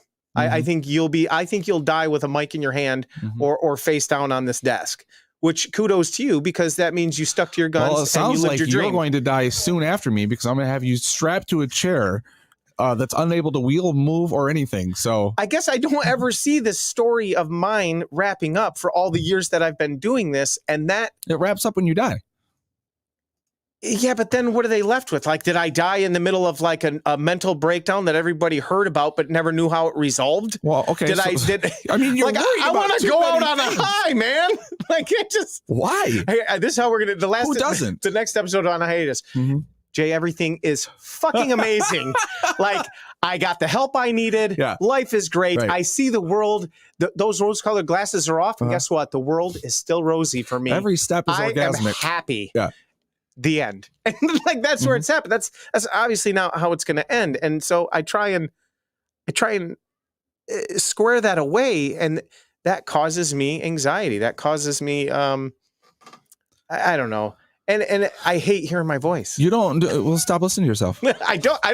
You don't like listen. You don't like the highs and lows of life. You don't enjoy that. You don't like when you come back and you're, oh, shit's good. Like, you look back on things, you have a different view on it. Or like when we walk away from something we've discussed on hiatus, I always have a different perspective on things. I feel like we talk more about the lows than the highs, especially because I feel like when we finally do get together to do these shows, coincidentally, it turns out that there's some serious lows happening. Right. More for me, because the sun always shines in your world. Well, why would you don't need to discuss the highs. The things you struggle with are the lows. That's where the struggle lies. That's where you need support. So of course you're going to struggle though, or you're going to talk about those struggles, those lows, because that's where you rely on those around you. It's not you usually that brings the highs, right? That's just not your personality. Yeah, but that's sad. That's sad. Look Why at that. Look at that realistically. That, to me, that's sad. Like, I am tired of hearing myself be that way, and I'm trying to get out of being that way. But like we discussed, look at how much you've changed over the last 10 years. But like we've discussed, I don't know that I have, but like we've discussed, I think on a show that hasn't aired yet, I get sick of hearing myself because I'm not really saying anything new. It almost sounds like attention-seeking, woe is me, even though... I think that's you're worried people are going to think you're attention-seeking and woe is you. You never come off that way. That's never what you're looking for. You're always... You're one of the most introspective people I've ever met. You have multiple thoughts. You have introspective or live inside my head far too much for good. That's introspective, right? You think about things. Being trapped inside your head. Well, you know what I mean? Yeah, but I guess that's what this is, right? It's bouncing that off. It's me getting it out of my head, right? Because you're not holding it in anymore. Well, I guess it would be therapeutical if I actually got some sort of. Well, you've not seen my notes yet. I haven't seen the returns yet. That's season 3. Season 3. Oh my God. Speaking of returns, we can transition a little bit. You're still taking your Adderall? Yeah. Is it helping? Yes. So I went off of it and I'm doing way better than I was. But you were taking so much. I don't know how you weren't destroying things. I think I was. I think I was destroying my relationships. Okay. I certainly was destroying my my health, but I wasn't taking so much. Like literally, I was on a small dose. But at one point, you were taking 220 milligram pills a day, right? A 20 and a 10, and then after the first 2 weeks, I got rid of the 10 and just stayed on the 20. Okay. And I was on that for almost a year. Was that? Yeah. March was a year for me, and I think you got it shortly after me. So it's maybe. And the pros were awesome. The cons, as it turned out, and the longer I was taking it, turned out to not be worth it. See, the only one that I noticed is, and I think if I'm agitated or fucking hungry, I'll have to I'm getting a little, why am I? And there's sometimes where I'm like, Adderall. Why the fuck am I moody? That Adderall will make you mad. But like Hulk. I know I can't do 25s. Like I was, I went to the doctor and they're like, well, you've been on this a while. How's it working? Do you feel anything? I was like, well, not. And I did 25s for a month and murder was about to happen. I noticed that when you don't take it in terms of like, I'm tired. You're tired and you're scattered. Yeah. So it takes about 3 weeks. I'll tell you that right now. Dropping off the Adderall, it takes about 3 weeks to not feel like someone's injected you with a depressive sedative, because you become so accustomed to basically. I mean, it's like meth, right? Your energy level is at peak performance the entire time your body is processing. You got something better out of it then. I wish I was at peak that Adderall. I mean, I lost 20 pounds. I was getting so much stuff done all the time, hyper focused. Although there were times where I'd be focused on something, right? Yeah. And it would take literally. Is this the one where we confess our crimes? Supposed to be. Okay. 1 second where I would scroll to something else real quick, thinking that I was going to go back to what I was just hyper focused on. Yeah. Nope. Now I'm hyper focused on whatever it was I accidentally went off to the side to do or to, and no, I'll still walk into a room and I'm like, why the fuck am I in here? Oh, really? Yeah. Yeah. Now it might be a quicker. I was going to go do this. Like I caught myself doing that a couple of times, but like you said, you're right. I have multiple hamsters running, so like, I don't know which one's sniffing the Adderall that day. So going off of it, I think has been way better for me than staying on it. Do you think that? So don't you think that Adderall then is a Band-Aid for I don't know. I don't get the high that some people do. I've not lost weight. I don't do anything. I think there is a little bit of it helps with my focus, but it's I don't know. Why are you on it? For that part. For the focus? Yeah, because I am very scatterbrained. I notice that when he doesn't take it, I can tell just from a focus standpoint. Like when he's trying to get less, like if we're just hanging out, but if he's trying to get shit done, it's clear if he's taken it or not. Because he gets frustrated with himself for not being able to focus to get something done. But when he takes it, he can. That's less of a problem, Do you think it's a chemical issue, or do you think that you could get the same benefit from dialectic therapy than taking a drug? I don't know. But you don't have time for dialectic therapy. I don't have time for anything. I just squeeze shit in and say I'm going to do it. So sure, I could squeeze therapy in, but when would you have the time? Yeah, right. What if you did therapy and podcasted it while you were in therapy? He thought about doing that. Yeah. I tried recording my therapist when they gave me the medicine. You're in Michigan. I did record it, actually. You're in Michigan. You can do that. Yeah, yeah. I recorded and played on, I think it was a Deconstructing Dad I played it on. Yeah. Yeah. That's interesting. I wouldn't know.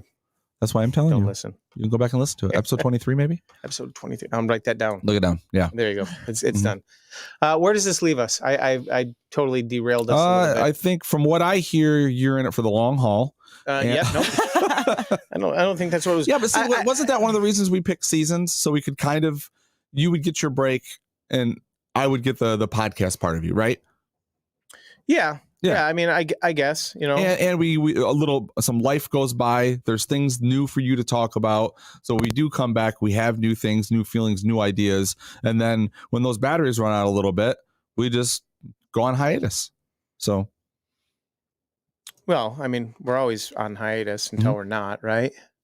I just don't know where it's going to go or where it's going to lead to or how it's going to end. Like, because you're going to be doing this like forever. Mm-hmm. I don't think I can. I think I struggle with just to have the conversations but we can do that without being on the microphone, right? But we don't get this deep. Yeah, in this. but that's your choice. Let's talk about that. Like your life is seriously so crafted, literally around podcasting and this empire you're building. You rarely, if ever, have time to get together and hang out for a reasonable amount of time without a microphone in front of you, right? I mean, you do have like, you know, barbecues and cookouts and things like that on occasion for special occasions and things like that. And obviously I've missed quite a few of those, but that again is still not the same thing, right? There's a bunch of people around. It's not just you and I chatting and hanging out, playing video games, board games, or just talking. The only time that happens is when there's a mic in front of us for the most part. During this season, yes. This season, we had season of on hiatus, or this season like we as hadn't in the time recorded of for year? almost 9 months. We were off, Mike. 10 months, I think we said. So it goes. You mean between season 1 and season 2? Yeah, it goes back and forth. But I think also and that's how like, I see it happening. For Jay, like that the version of sit down, play video games, do board games is sit down and podcast. Very true. For you, it's such different. a weird deja vu. I feel like we've actually had this exact conversation. We might have. Is there a cat meowing in the background? Always. When isn't there a cat you get meowing that joke, somewhere in right? the background? Yeah, deja vu, Matrix. Thank you. Yeah. Make sure someone got that joke. I get you, Grant. All right. Oh my God. All right. Break it up, you two. You guys want to talk crime? Want to talk? We've only got 20 minutes left. I think we should probably skip the confess our crimes bit. You think so? Move that. Well, do you want to just talk about confessing our crimes? Do you have something else to allude to kill 20 minutes? No, I'm just I shut it down. We're back in 20. Reset. I guess where I want to leave off this part of the conversation is next year going to be different, or are you going to be just as harried, skin of your teeth? I don't know, because every year I learn things and I adapt. I use those, but there's always there's a lot of stuff that's just out of my control. And I've become really good at just accepting that. Like I was real high strung the other night and I had left to go get food and I texted her and I was like, you know what? I can tell, like, I'm going to get to the point where like, this is just not fun. I said, there's no point in doing this if it's not fun. It just needs to be fun. So I came back and I started working on notes and just had a good time. What have you learned from this year? I don't know yet. I'm not through it. Come on. You got to have some thoughts in there, right? Next year, I'll do this. Next year, it'll be different because I'll do this. Or I think next year, I'm not fucking doing that. I think next year, I will commit to a certain amount of hours that I'll produce. And any additional hours that get added, someone else is going to produce them. So more podcasts outside of your... Or even in this group, like, you know, if people want to come over and make a day of it, they can what can I do? Here's an hour. There we go. Take something off my plate. So basically build out the time so that's not a focus you have to worry about. Right. What are you going to do by way of spectacle? What do you mean? Well, you know, you're doing 2 days this year. You're knocking out 16 on one. I think Vegas would be a pretty fucking big spectacle. You'll never see me in Vegas. I'll tell you. No. Why not? Never. I have zero. As in, like, I can think of a million other places on the planet. It's fun. I'd rather go. I'm not a Vegas. gambler. I'm not surprised by that response at all. No, I'm not either. Yeah, it's a lot of input. Oh, okay. Sensory overload. Yeah, because Chicago, I can see that. Okay. Yeah. And even like yesterday, you don't drink for the most part, or from what I've seen here, you don't drink like I do. Sorry. You don't drink like I do, so when you're in Vegas, it's gambling and drinking is and I don't like being around people who I think are risking getting drunk versus just enjoying alcohol. Like I absolutely do not want to be around drunk people. I hate it. I become incredibly uncomfortable. I become angry. I become depressed. I don't want to be around drunk people. I don't mind being around people who are drinking, but if I suspect they're going to get drunk, like I'm either going to leave or I'm going to say things that are going to get me in a lot of trouble. So here's what I can do. Podtoberfest next year, because there's no point really if I do a 2-day split again between the shows. Like I think the 7 Days of Geek stuff does well because we tend to play with other formats during that. But like this day right here on hiatus, podcasting 101, deconstructing dad, there's no point in doing that in Vegas. So let's say if there was a Vegas thing, maybe it would be split between 2 weekends or something else. I don't know. I'm willing to like adapt and change things and play around, but like I like the idea of doing different things and involving other people. So I don't know. Vegas is pretty. Why Vegas? Well, one reason for Vegas I thought of is because I had a really good time when I was there in March. I went, and we were all talking about. Did you see hookers going back in? They're all over. There was. Did you consider? No. But there was a. Never even crossed your brain. Out. No, I don't know. Okay. I was sharing a room with Cole. Like that was a big enough hooker for me. So you guys were thinking maybe you'd share? Well, he was with Diamond Dave. So I mean, I am cheap, so if it came down to it, I feel like. No, they had a BOGO deal. He was going to consider. Did you get a coupon for the buffet? There was like I remember pamphlets handed out at one time, and there were pictures of women or something, but I don't remember if there was food on there. What was I saying? What did I get to before you asked me if there was a hooker? Just about having it in Vegas and why you would want that, and your previous experience being there. Yeah, it was a fun time to get away. I mean, we did a little bit of gambling, but it was just me, Cole, Diamond Dave. For the most part, Bill joined us a little bit, and we'd all throw 20 or whatever in the machine and then take turns playing, having a beer. So it was like a group thing. Sure. We hung out at the pool one time, did a lot of like restaurants and eating and trying things and just like hanging out. It was fun. And also we went there right when like they were allowing no masks again. It was just starting to open up. So it wasn't busy. So I don't know what it'll be, but we had such a good time. We were talking about going back in a year, and my cousin Lori's going in October for a thing. And she's like, oh, everyone should go. And that's enough time to save a little bit of money and go. And I didn't spend a lot out there. It wasn't expensive at all. I was only out there 3 days, and that was like a perfect amount. So I might be going in October, and I thought, well, if I'm going in October, maybe we'll do Podtoberfest, which happens in October out there, because other people will come out. I know, and you could celebrate your birthday while you're there if I went that late. Yeah, but I think it's gonna be early October. So that's just one of the ideas. It's not a bad something idea. For a little change. It's probably an expensive idea for everyone else that would want to participate, right? Vegas is fairly cheap for like the West Coasters like Matt or even the Myers in Canada to come down. So it makes it a very affordable. Yeah, it's you can get like $200 or less. Yeah, I would bet you can. I mean, I was flabbergasted. Like Chicago Hereford DFW was $180 versus $360 to come all the way up to Grand Rapids. Yeah, big difference. It was under $500 for flight, room for 2 nights, 3 nights, and it was 3. Yeah, it was like 4 something. I think it was cheap. Yeah, I was going to fly up here, but Uber was like $60 from your airport. I would have come and gotten you, Brian. So yeah, I know, but that was just when I was becoming $6 for Uber was just like what? Well, and if you fly into the airport, you have to be like getting your Uber when you're on the plane. Yeah, like coming in, because the second you get off the plane, by the time you're getting your bags, if you're looking for your Uber, it spikes. Yeah. It's over double the price. They get you every time. Because we landed last year. When we landed, it spiked. And I was like, no, we're waiting. I'm not spending $55 to get a 15-minute drive home. So like 30 minutes, it dropped down to like 18.22 or something like that. Yeah, this was a pre-quote. A little on hiatus travel tip. Just the tip. For those moments when you're That's all he has. What is going on and why are... well, I'll bring you up to speed at the break. Okay. Anything else? I got nothing. Did I have any other destructive behaviors you'd like to deal with? I didn't think it was.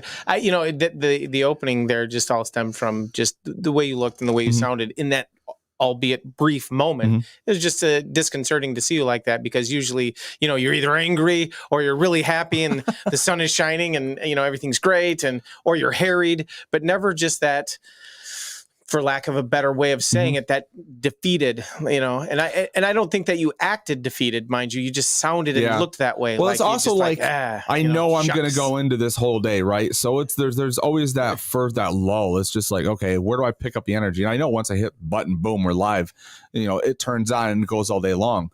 So there's like the days leading into it with like all the fucking craziness, trying to adapt and move things around. That sucks a lot out of me.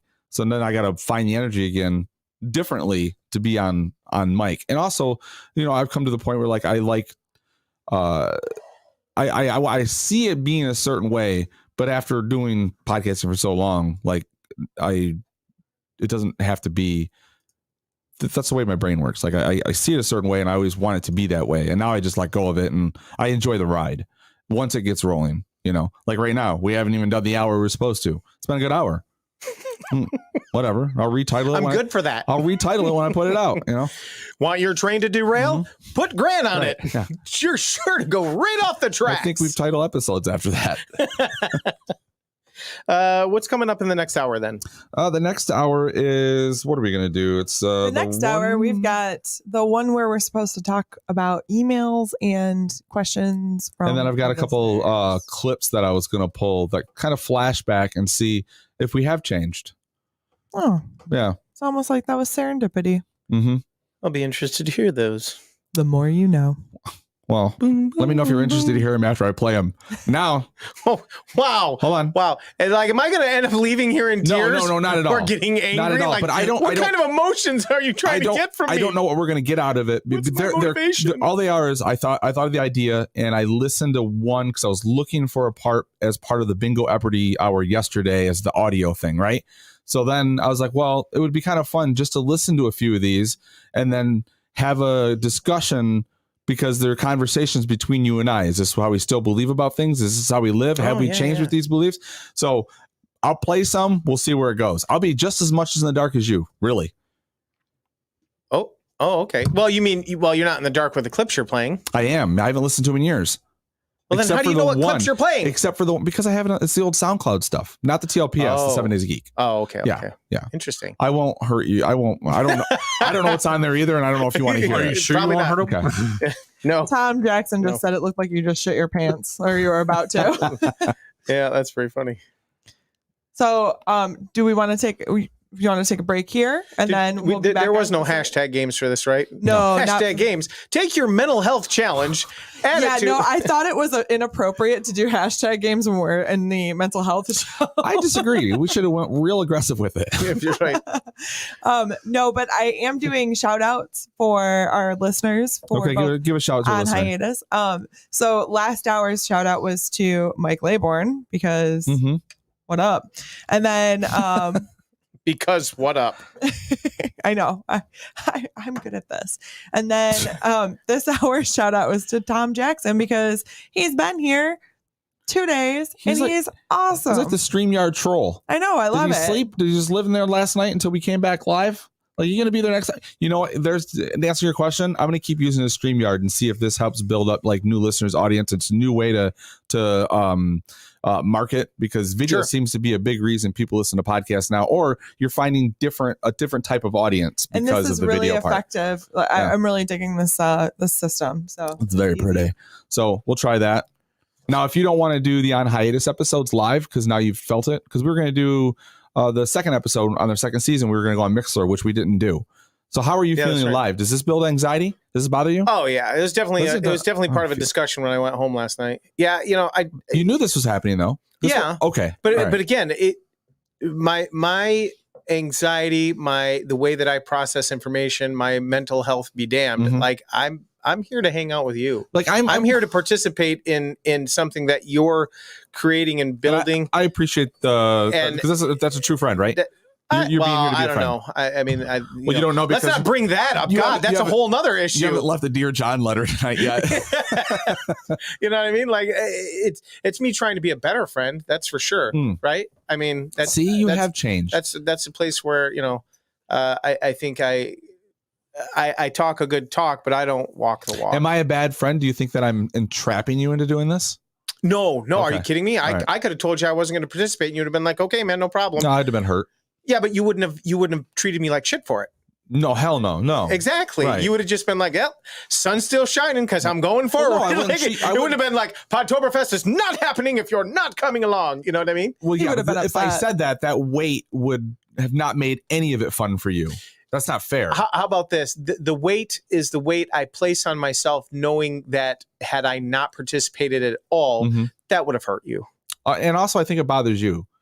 As much as like it's a catch-22, right? Holy shit! Right. That you want to really break something down. You went home last night and got right online and started listening. No, I was online for the drive home. Oh, okay. I turned it off when I got home. Okay, But yeah, because I wanted to see how, I hadn't watched the feed the entire day. Plus, my mom was calling me, telling me that she had watched the feed. You look so pretty on the microphone. Oh my God. She was so complimentary and motherly and whatnot. Mm-hmm. And I will say one of the things that I stop bragging, you have actually struggled with is, I'm 48 years old, right? Mm-hmm. And I'm still putting myself out there, and I'm podcasting, and it seems like a young man's game. So it's not. No, it's not. Right. But I'm saying I just don't. When you look in a mirror and you try and identify yourself, or you try and whether it's applying your own labels or trying to discern labels that are being applied. Like when I just look at myself proverbially in the proverbial mirror, like it makes me feel like, am I really a 48-year-old grown man? Because I feel like a kid sometimes when my face is behind this mic. Yeah. I still feel like a kid. And isn't that you know what? Like, well, I guess what I'm saying is the negative. Why is it like and something makes you feel young? It makes you feel vibrant. It makes you feel good. Apparently, then when you walk away, and I don't you feel know that like it makes an old me man feel again. young as much as it makes me feel immature, or like I'm not growing. I don't know. Who gives a shit if you're immature? I don't know how to say it. This is what I'm doing right now, is trying to process stuff out loud that I generally try and process with the hamster and myself. That right? Hamster's your unreliable guy. The unreliable narrator. Yeah, don't listen to that little fucker. In fact, shoot it. Yeah. I tried that with drugs, man, and alcohol. It didn't work. All right, we're going to wrap this up. This is our first part of the On Hiatus, our second hour. If any of our On Hiatus listeners are here listening, thank you. And if you hear Mike, this, Tom, get your questions ready. Throw them in the chat. Yeah, we want some questions from the listener. I think we got some. No, yeah, Mike and Tom have been doing a really good job having a solid discussion in there. So take a minute. $10,000 if you can get another 100 people in the chat room. I don't have that kind of money. Wow. I thought that you were paying that. Oh, okay. All right. Go ahead and spend my money. Yep. All right. All right. We'll be back in a few. Promise.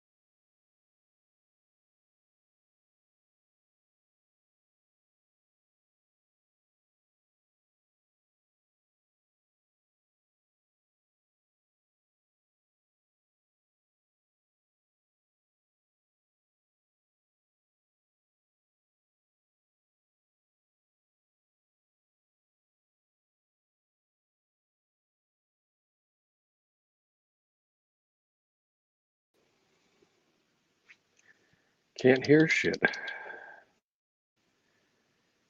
And we're back with hour 3 here, folks. So let's get started.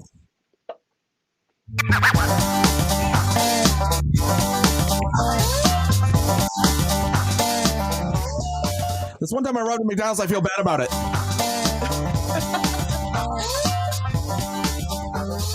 Grant ran from the cops. What?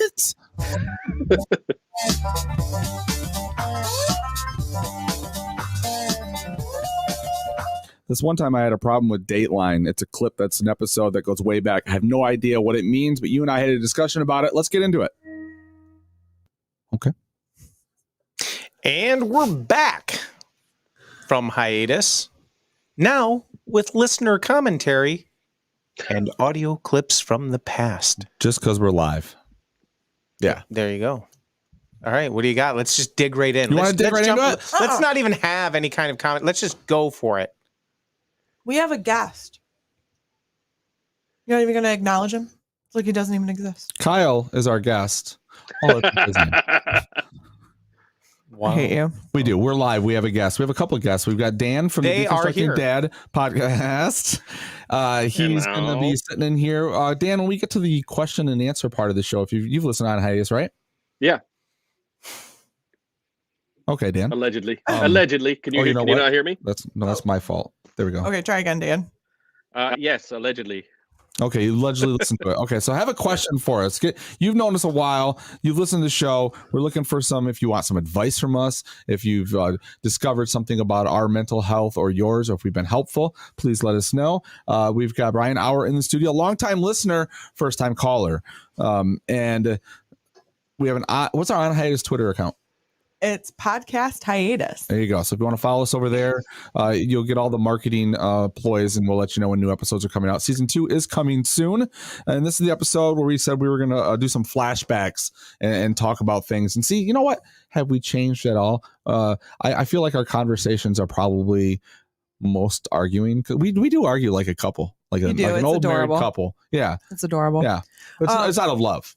Just as a heads up, I believe, correct me if I'm wrong, this could be a not producer error, but I believe the new season 2 of Podcast Hiatus is going to drop November, right? Yes, in November. Yep, first week in November. No official date, but I'm Podcast shooting. Hiatus a spinoff of On Hiatus, or is it just I was still in the Twitter. It's the Twitter account. See, this is my first Podtoberfest being on mic for real, and I'm tired. There's a lot of marbles. Yeah, I'm tired. I think I said to you last night, I don't know how you've been doing this. It's exhausting. Do you remember when we did it? Do you remember how tired we were afterwards? Well, okay, the first year doesn't count. That was 24 hours. Of course, we were tired. But even after that, or even when we went and shot the movie, the web series. Yeah, remember, it's mentally exhausting. You're putting yourself out there, right? You're in spite of it trying to be in the moment, you're still aware that you're trying to entertain. You're still aware that at some point, if it's not live, you're putting this out to people to listen to, right? Yeah. There is a little bit of unnaturalness to it in that, there's times where we get going so much that all of that goes away, right? And you're legitimately and viably in the moment without those thoughts. I'll be honest, I don't have a lot of those thoughts anymore, but it's because this is so normal for me now. Yeah, fair point. Yeah. But there are those times where, you know that people are going to be listening, or they are currently listening. Yeah. And that might drive. When confessing to a crime, you choose your words more wisely. yeah, right. You're not saying where the bodies are buried, right? Yeah. You're not saying that you actually did it, or there are bodies, right? Yeah. Allegedly. Yeah, like OJ, if I did it, and then it's so creepily written that you don't have those thoughts and not have done it. If the gloves don't fit, anyway, don't quit. All right, so let me start this out. I don't know what this is, so please forgive me if this goes down a road that makes anybody uncomfortable. I'm uncomfortable. This is called Dinner and Dateline. It's from 7 Days a Geek 6 years ago, and I believe this is a conversation with you and I. Oh, you know what? I sent you the link, didn't I? Did you? I think so. All right, sorry, because I can't play it on this stupid computer. Producer. Nope, you're all right. All right. Mom joke gone wrong. Where at? Right here. Mom joke gone. Oh, okay. Let's start with that one. Okay. Yeah. Oh, yeah. Because the other ones I have are murderers. Only murderers. Sorry, folks. I'm still getting. And you know what? I know about doing the zombie run. Pause. Okay, so this is me discussing trying to get the crew. Do you remember this back in the day when I wanted to do a 5K zombie run where you run a 5K but zombies chase us? Sure, yeah. And then this is shortly after my mom passed away. Uh-oh. So we go into. Well, this can't be well for me. We go into. I know I'm like trying to convince you guys to do the the zombie run, and then I discuss how a year or so before I decided one day to just leave my apartment and throw on some sweats and go run a mile and see how. And I almost killed myself. Well, coming out of that conversation, we lead back into you bringing up my mom. So there's that. So if you click like I see what you did there. Go halfway here. A little bit more.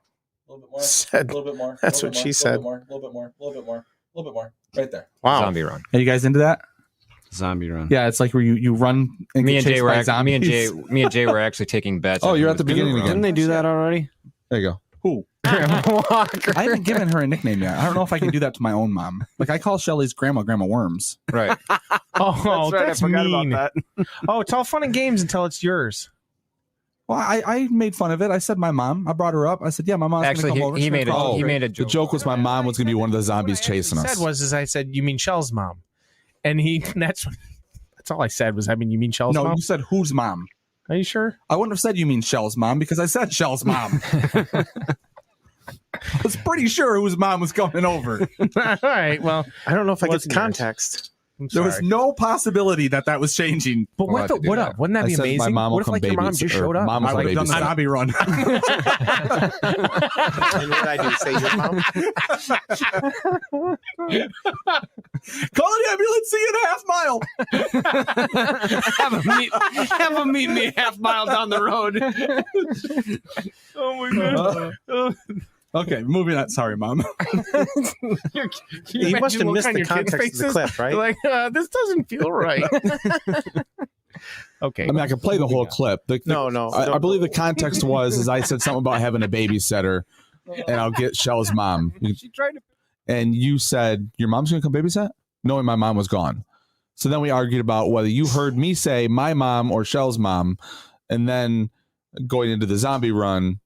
There was a joke about whether my mom was going to babysit. I think while your mom was alive, we always did the whole your mom bit. Like that was the end of this conversation. Yeah. Right? Yeah. And then after your mom passed, it was a struggle to not have that be the knee-jerk response of saying, yeah, your mom. And I never once was like, you need to stop it. You weren't, but it's like, put you in a spot you'd always be like, my mom's dead. And I'd be like, oh, I remember legitimately doing that one time with nary a word or thought without even realizing that I was saying it. You know what I mean? Yeah. Like there were times well after where I would do it because I knew you could take it and it was being part of the joke. But there was that one time I think I said it and like it didn't even register with me that, yeah, your mom is dead.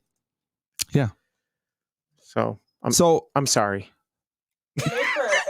That wasn't what I was looking for at all. It made for a funny moment on the show because that conversation was hilarious. Yes. Now, am I allowed to make jokes?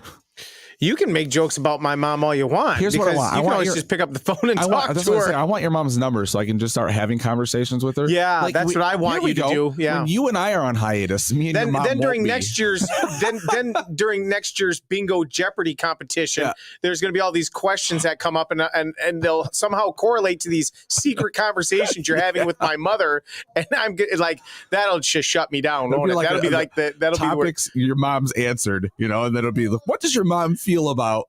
It'll be okay. Hey, will you leave that SoundCloud open, and then if you click on the 7 Days a Geek, you can see other files. Sure, I would love to do that. We talked about doing the zombie run. Yes, we already talked about the zombie run. Yeah, we did talk about that. That's amazing. 7 Days a Geek, great. Note down right there, right above the episode title. Yep. And then go to dinner and Dateline. Let's see what this is about. Go ahead and pause. Being behind the scenes is so enticing and exciting. What is that? I don't know what's happening right now during this show. I have nothing to do with it. Oh, that's Dan. I was like, who was talking? Go ahead and hit play. It's like we're getting ready to leave work, and you were walking by, and I was sort of just saying to myself out loud, so now I get to go home and make dinner and spend all day in the kitchen. Or I said something like that. And you stop and look at me like I'm an asshole. And you, what? You know, people need to see this side of you. This is something I said to you? Yeah. So, Okay, so yeah. yo, Scoob. Like, hey, Scoob. Yeah. So, but it's I not rocked the necessarily Shaggy. what you were saying. It was how you were saying it, and that was the asshole side of you that people don't hear. You I were like like being an asshole. you were like I'd like to put that front and center. You're an asshole. dinner. No, it's that side. I know exactly where And this the is way you going. said it That's how. I know where this is going. This is an argument that I've always made. There's definitely a side of you that people don't see on the mic. I don't hide any side of me. Well, I think back then you were probably a bit more guarded. Like you didn't have like temper tantrums per se or legitimate anger moments, right? Well, yeah, but they were so far in between. It wasn't like you think I'm hiding them. No, I just have them when I have No, them. I think back then I did. You thought that. These are the past, right? We're not talking present. This was before? Yes, we're playing clips from 6 years ago. I know, that's what I was saying. You're asking if that's changed. Now, or at least and part of playing this is, has it changed? What's different? I'm more free to have fits online. So no, I just think over the years, then you've probably become more relaxed with, you know, the width and breadth of who you are. And like you said, you're not caught up in any thought processes or the moments of understanding or realizing or thinking about processing that other people are going to be listening or that it's live. And you know what I mean? Like I think you put yourself out there pretty much as much as you can. Well, I think like in listening to stuff. I mean, when your life situation changes, your emotional ups and downs change too. So if you're in a pressure cooker constantly, you're more bound to have a shorter fuse. You know. Yeah. You know, you're going to be angrier if that's what your life is. I had lending there was a good itself year to. of where there was a lot of short fuse conversations online. Play a little bit more. Of the How same you one? heard it. No, I did not say it like that. I don't sit there and go, fuck this. Oh, you okay? Yeah, you don't sound that ghetto, but Right. you sounded indignant. Like, you know, when you get home, dinner better be ready because you don't want to do it. You're not going to spend the next 3 hours cooking for your family. Well, to be fair, no one wants to go home and cook dinner and sit in the kitchen all day. People I do know it it's all the time. You're right. Oh, there's People, context. whether they're a dad or a mom, they go home and cook. And all I'm simply your saying attitude is behind I don't it, want to do it. right? But your attitude behind it was like, I didn't have an attitude. That's all I just said. Now I get to go home and spend my, because here's the deal. I go home, wifey goes to work. So if she doesn't make dinner, So or she doesn't there get better anything be ready, dinner on by the time I'm table. home, it's 5:45, 6 o'clock. And then I start prepping dinner. I cook dinner, and then we got to set the table. Then we got to eat our fucking dinner, and then we clean the whole mess up. Then it's 7:30. So then I got to throw the kids in the tub and put them to bed. I don't have time with them. That bothers me. that never happens. It's like 9:30 when they go to bed. You still have 2 hours with them by the time it's all over. I've got 5 kids. There's stages. You know, I start at 7:30. You know, and right after dinner, it's prep for bed, and then it's 3 hours of fucking hell. Yeah, but you kind of chose that life when you wouldn't stop having sex. Do you realize, like, no matter good- what I say, good. it's not good enough? Like, well, this is how your life really works. Okay, that was back then, right? I mean, have I changed? You tell me. Yes. You tell me if I've changed. I can't tell if Now I've changed you or not. refuse to scold me over anything. Yeah, right. That's because no fun. Oh, it absolutely. I It's miss, not about being fun, I right? miss It's the mean about Grant. no, because that's my number one flaw, right? That's the thing that always You were hurt. never mean. That's one that always hurt you the most. Is that I didn't have to be mean though, right? It was inherent in my personality that I was judgmental. Right. Like we talked about this last week or the week before. I was talking to a friend of mine, Kelly, and she was, relaying to me some challenges that she was having. And right away I launched into, well, if that was me, this is what I would do. Yeah. And as soon as that sentence came out of my mouth, I literally punched stopped. yourself. I literally stopped and I looked right at her and I said, you know what? I'm not going to finish that. I said, that's literally one of the worst things that I could do, and I'm catching it, and I'm stopping right here. And then I said, I got to tell Jason that I'm having this light bulb moment. But I think you do that because you're comfortable with people. It's not like you walk around and every person you see, you might judge differently, but like you have a certain perspective. Well, it's not fair because it's because every time I get to that moment where I've said that in my life, right? Like, think about the 900 times I probably said that to you in the opening of our friendship and throughout the subsequent years thereafter, where, I start a sentence with, well, if that was me, and then when it finally is me, I didn't do anything that I said I'd do. I didn't react the way I said I would react. I didn't handle it the way I said I'd handle it. In fact, I probably did it worse than you, and then felt guilty and bad and had to be like, hey, Jay, so remember that time that I said, if my kids did this, then I would do this? Well, my kids are doing it now, and I fucking didn't do one iota of what I said I'd do. As a matter of fact, I completely failed as a father in my reaction. I can hear a lot of changes because you asked me the other day, and I have an answer for you. I was like, well, I need to think about it. Was play a little bit more of this, but there was I can already see a big change in me. Sex. I still haven't stopped. Unprotected sex. Right. It feels so good. Jesus Christ. You know what it made me think of? It made me think of all the other things that dudes usually do in a marriage that you don't do. Like, you don't do yard work. I do yard work. You don't do. If you didn't do yard work now, she would tell you that you don't do any yard work. I haven't because I've worked fucking 5 years now, 7 days a week. Right, so you don't have time to do yard work. That my comment still stood. Fucking dinner. Yeah, but the way you say it is, I'm a lazy piece of shit. No, see, I refuse to do that part. All right, let's on hiatus this for a moment. That's definitely your. The word is not psychosis, so that what's the word I'm looking for? Well, it's my perception of the way you're saying things is the same way but you say always things. Go to that high escalated, elevated perspective or perception of what's being said. You're not saying it like, well, you don't do yard work. Well, if we checked with your wife right now, she'll say you don't do yard work. Yeah, it was kind of aggressive. I'm ridicule. That's not. It's not ridicule.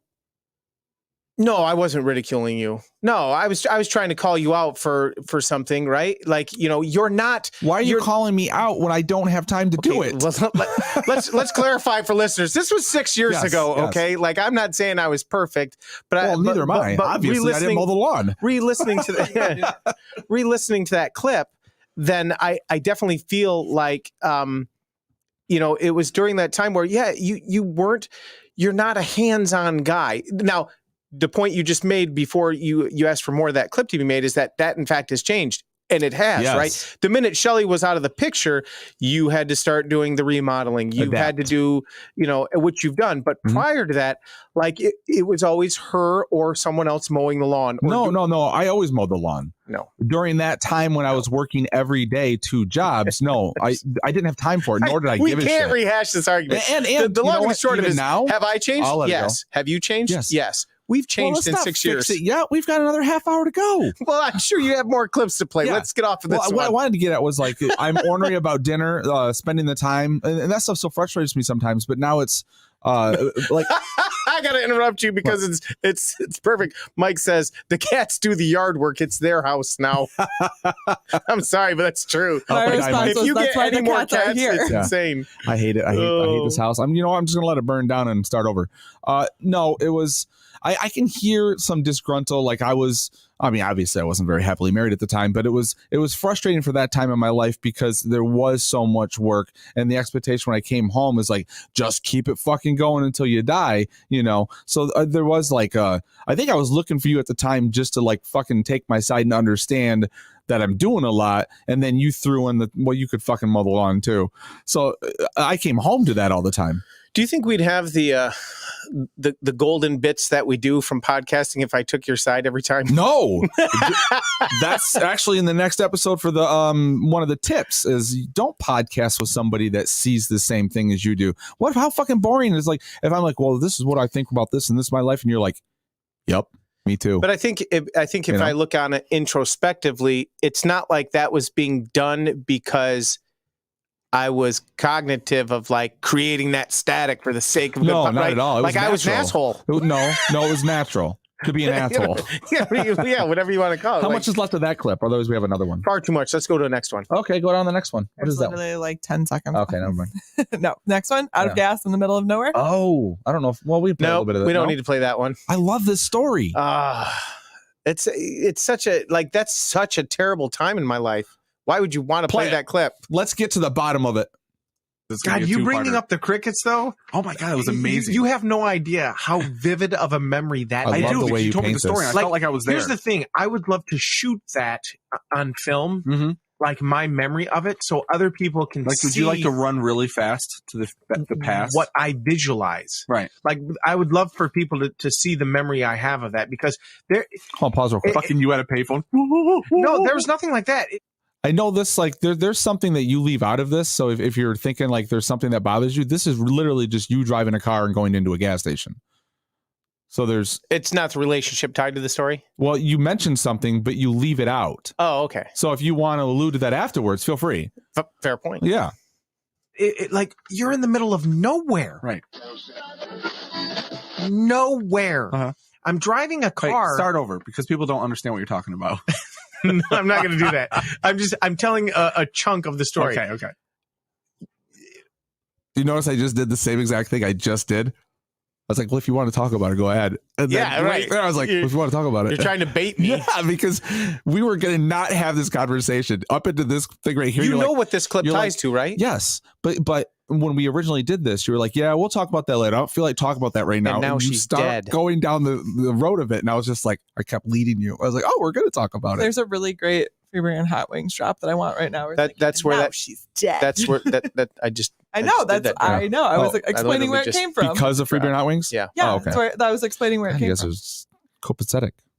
Yeah. It's like 2:00 in the morning in the middle of the fucking desert. Yeah. Like nowhere. Yeah, it's powerful stuff. God, it was in the middle of nowhere. The car is starting to not breathe correctly because the you- elevation is so high, Were you and guys- I had not learned the I can't think of what the car part Where the is. hell but were we regardless, recording I needed that to there take sounds like like the air there's- filter off or something. I put so sound that the car effects in can it. get more oxygen to it. So, Years ago. Oh, okay. I'm way up in the middle You of put nowhere. sound effects in this Doing what clip? you said, right? That's so I stupid. You said you wanted to film. So I made a film for you. realized I can't that believe I've never there's- heard this I'm clip out of gas. with Are sound you guys effects or this clip at okay, all. okay. I'm out of gas, and the car is starting to chug, and it can't breathe as it is because of the elevation. And I start coasting down this hill. Well, like, it's pitch dark, except I see a light, you know? It's a fucking gas station. Oh. It was like, In the middle I don't know, of like it nowhere. was a waypoint for aliens or something. It was weird. I don't It was know. weird. It was in the middle of nowhere. So Were you were like both excited to see it and scared as shit in the middle of nowhere. Yes, because it was like, There's no one to save you. no one. And it's like something you see That was a Shaggy in sound horror if I ever movies heard or one. science fiction. No where one, it's just Scoob. Like your brain doesn't process what you're actually seeing because you've been driving in the middle of nowhere for Did so you think long. for like a second was it like a mirage? No, I didn't. Oh. I did think that We're gonna die here. it was a good way station for a serial killer, you know. But so I coasted down the hill, and it like the hill was big enough that I It got brought you right there. right there, you know, which was creepy as it was, because about the time the car just came to a stop on its own, I didn't have to touch the brakes. It's just like you were right there at the gas station. So as I roll into the gas station, it sounds like I'm on pebbles and stones. Gravel. It's just crack, crack, crack, Oh crack, my pop, God. pop, crack, crack, you know, and you just and you're Were they moving June so bugs? slow you can hear Is that what they were? They were Oh, June bugs, I every think. It's not like you were Right. snapping the bubble wrap. So in front of the lights and all around the lights, you see this bugs flying. Swarm? Oh my God, the sound all effects over that the you place. put to this. and I get out of the car and realize that like there are just thousands of It's like biblical locusts. yes. Really? Yes, but I think they were June bugs. Okay. But I could be wrong. I honestly, that's where the memory fails me, is I don't remember what type of bug, You didn't take a sample. but they were everywhere. All They right, where are we covered the going with this pavement. clip? Like, are you They just covered the listening to it ground. because They you enjoy covered it the so much, or lights. where's They this? were Where's the all impact over of this? the gas. You told her to play the pump. next one. No, you told her to I play was the thinking it next was- one. What are you talking So about? It I has went no into value the here. Gas station, which also had a garage, like a Yeah. maintenance garage. Jesus you're thinking Christ, the you should have a Something Halloween similar, right. episode and and there's just one the kid sounds. who's Like, high you just- as high can be behind Oh my the God, this counter. I can't And, believe I've never heard this. I got some snacks. See, this is what you should soda produce and all the time. gas. Yeah. But the thing If you're not going to put out this inside kind of the quality, gas you're station, clearly capable of. Stop there's like doing it. It's a little 7-Eleven store. Like type everything you deal. put out Right, should not be this 7-Eleven. good. All over the floor are these bugs. Oh my God. And you bought there's food blood from and them? guts they're everywhere. they weren't flying around. They were all dead. It's just like people were walking from the outside to the inside, or This makes me think of the bug guy in Men in Black. and they're just smeared and crushed in carcasses everywhere. Were you like, dude, dude? you mop your floor? I didn't say shit, dude. I was a little scared. But I seemed to What did Crackhead Heather do? Oh, there it is. All right, let's move on. in the car. Let's Did go. you witness any of this? Yeah, I know she was. So you always talk about change. What about you have changed now since then? I'm married. Mm-hmm. I have kids. What was I'm substantially older. Like, where are you going with this? I don't like you're trying to pull something out of the air with this. And I'm thinking about this clip and I'm going, I'm just trying to have some fun. How about this? How about this? Just ending that clip on Crackhead Heather. Yeah. I mean, obviously that wasn't her real name, right? Was that a nickname? Was that your mom had brought her up when I was at your house last winter playing video games? That was you say a nickname. It wasn't. It was really kind of a. Well, you didn't say it to her lovingly when you were with her. No, it was. Hey, Crackhead Heather, somebody get me a Coke. Somebody else said it about her, and it just kind of stuck because of how I guess off center and unhinged she was, and unfortunately she passed away. I don't know, quite a few years ago from cancer. And I didn't, obviously after that trip, right. Her and I never communicated again because that trip really showed, she suffered from mental health issues, and I wasn't aware of that when we went on the trip. And having two people who struggled with different varying degrees of mental health issues. It's like trying to understand love languages. Yeah, it's weird. But yeah,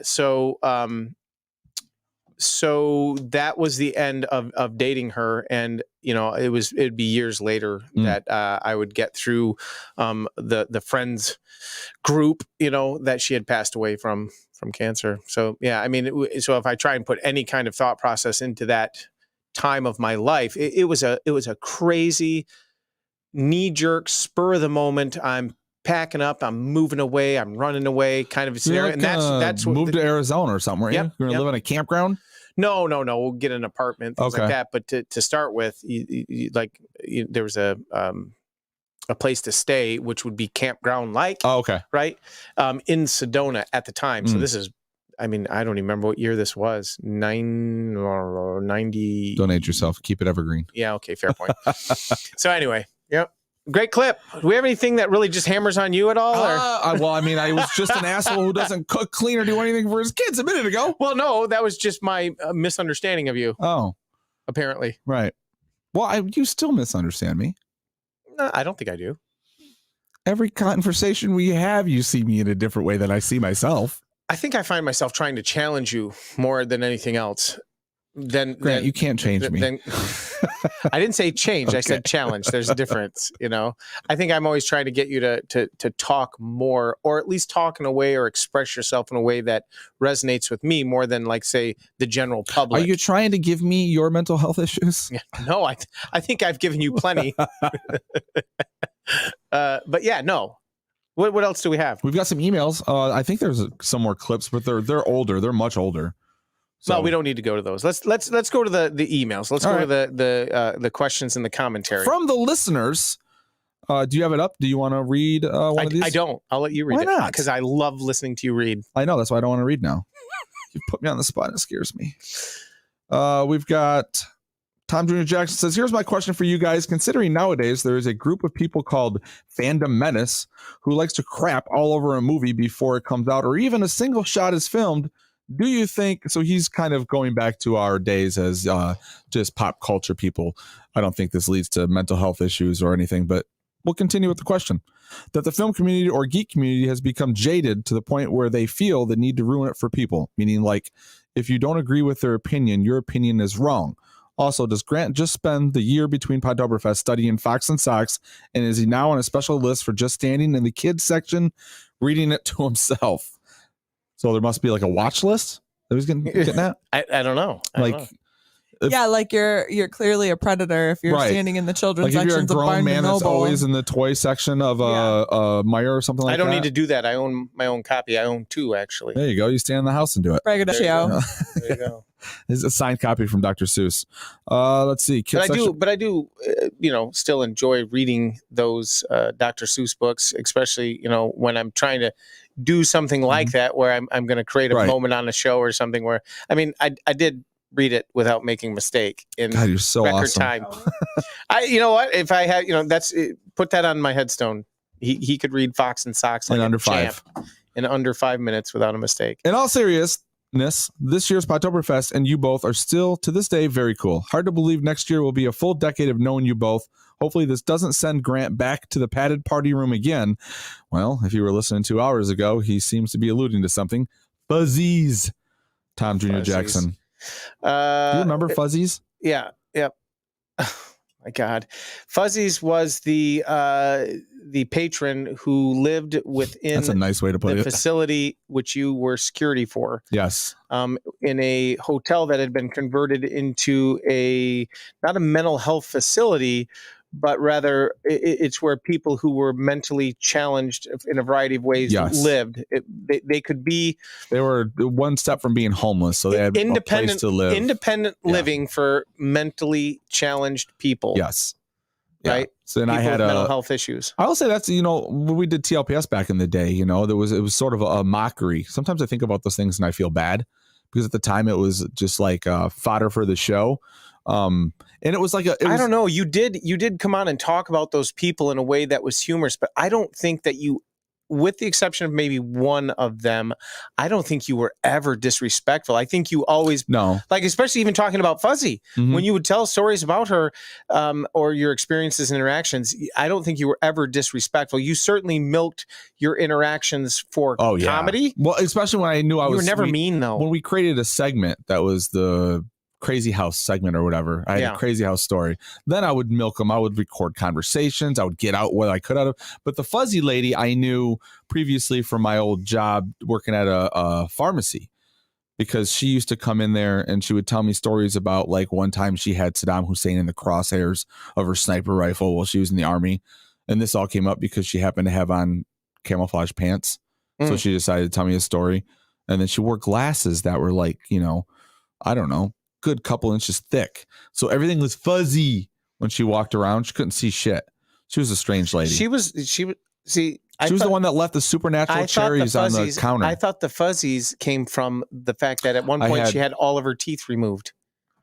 I think that might be a true story. Don't you remember that? Yeah, you were there.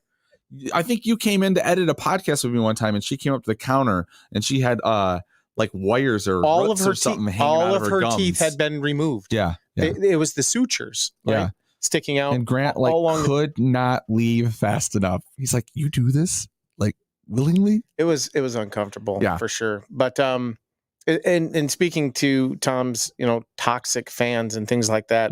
Obviously, I don't have any toxic fans. I don't have any fans. But the toxicity within fandom itself. That's going to exist. It's always existed. Again, going to a conversation that happened well before we started recording this morning, it's social media and it's the availability of that stuff on the internet that has allowed it to fester and grow. Everyone can get in a group and just scream and holler. It's a bullhorn for that kind of stuff. Right. So I don't see toxic fans going away anytime soon. I hope we get some. I do not. I can be one. Okay. Hey, Dan, you want to be a toxic fan and ask a Q? Yay! I get to ask a question. So perky. Yay! I'm so happy. Sure. God, I've listened to you guys for so long. Like I was saying in the chat room, it's like being stuck in a hotel room on vacation with your parents while they argue. I love it, and it's going back to mental health. I mean, and I've said this probably a million times before, but you know, you guys and TLPS helped me through a very, very dark time in my life, and I'm always grateful for that.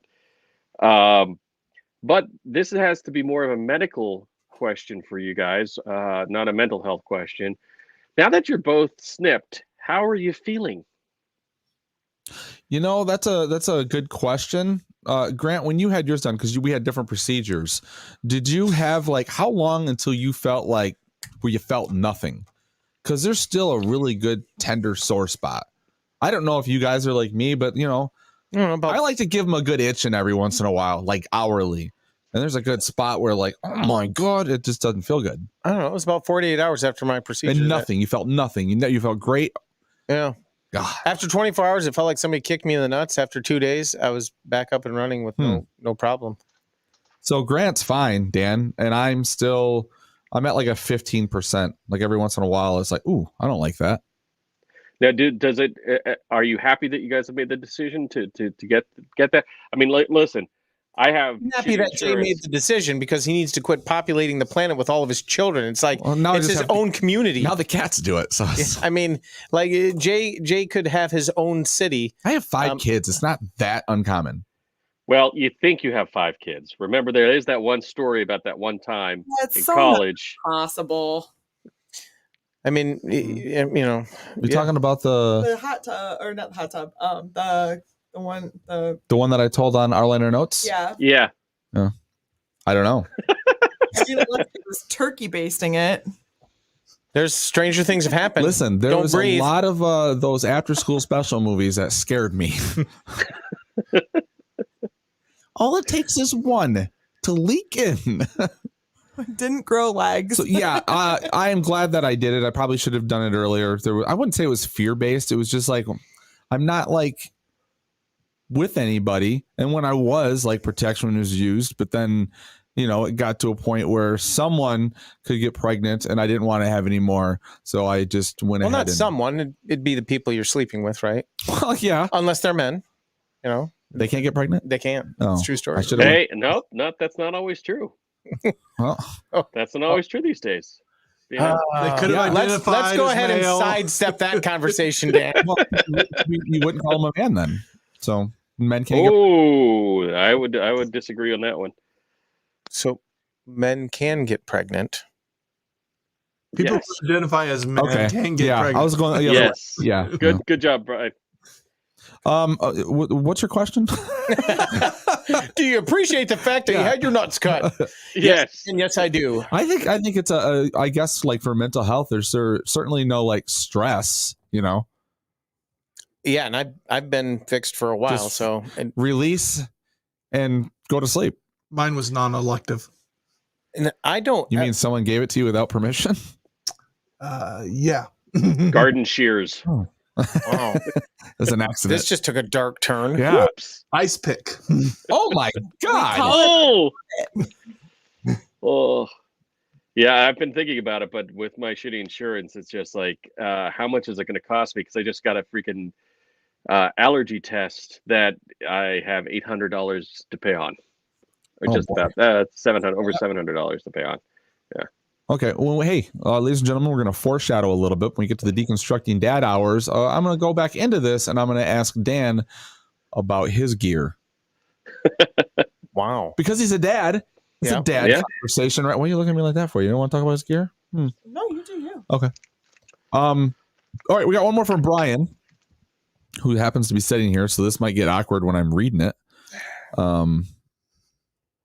Brian Hour says, hello on hiatus. This is Brian, a.k.a. Bauerfett, calling you on the highway and byways of life as I'm headed north on 55. And there's a question for on hiatus, having to deal with my mental health and just realizing how fucked up I am, showing how alcohol has overwritten my lives.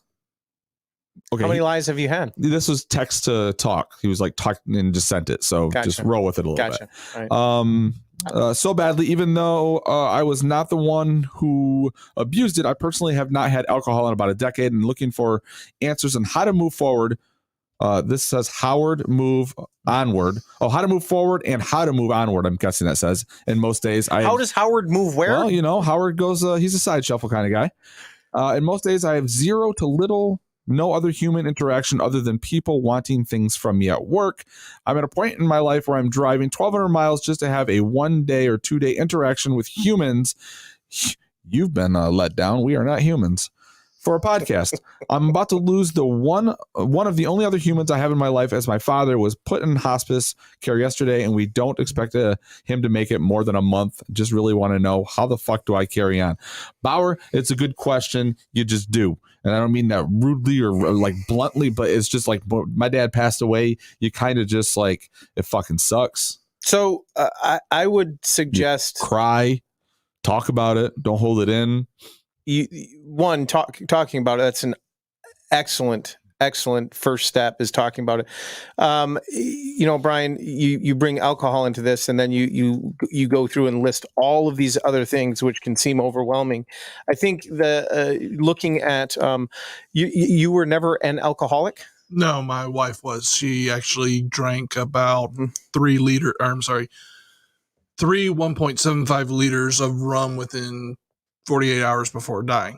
Sure. I'm sorry to hear that. Have you ever looked into Al-Anon? I've actually attended Al-Anon. I still see a therapist actually once a week. Do you go to Al-Anon? Do you attend the meetings in person or online? In person. Do you work the steps from the Al-Anon side? Yes. Okay.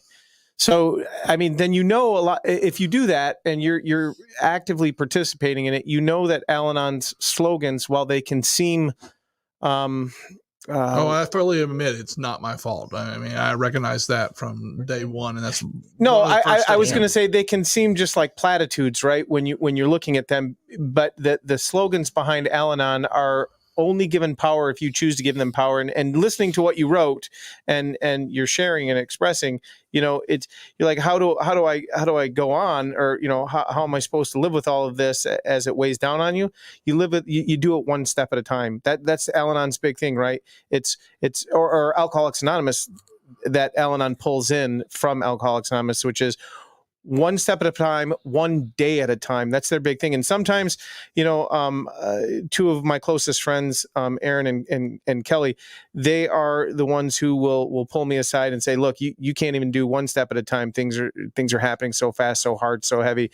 You need to take it, 1 second at a time, one moment at a time. Just get to that next moment. That's what you're looking at. Stop looking at what the end of the day looks like. Stop looking at the end of the hour, and just get through these next few minutes. And when you get to those and you get to the end of them, then look to the next set and look to the next set. And that's how you get through, I think, the weight of all of these different things happening at the same time.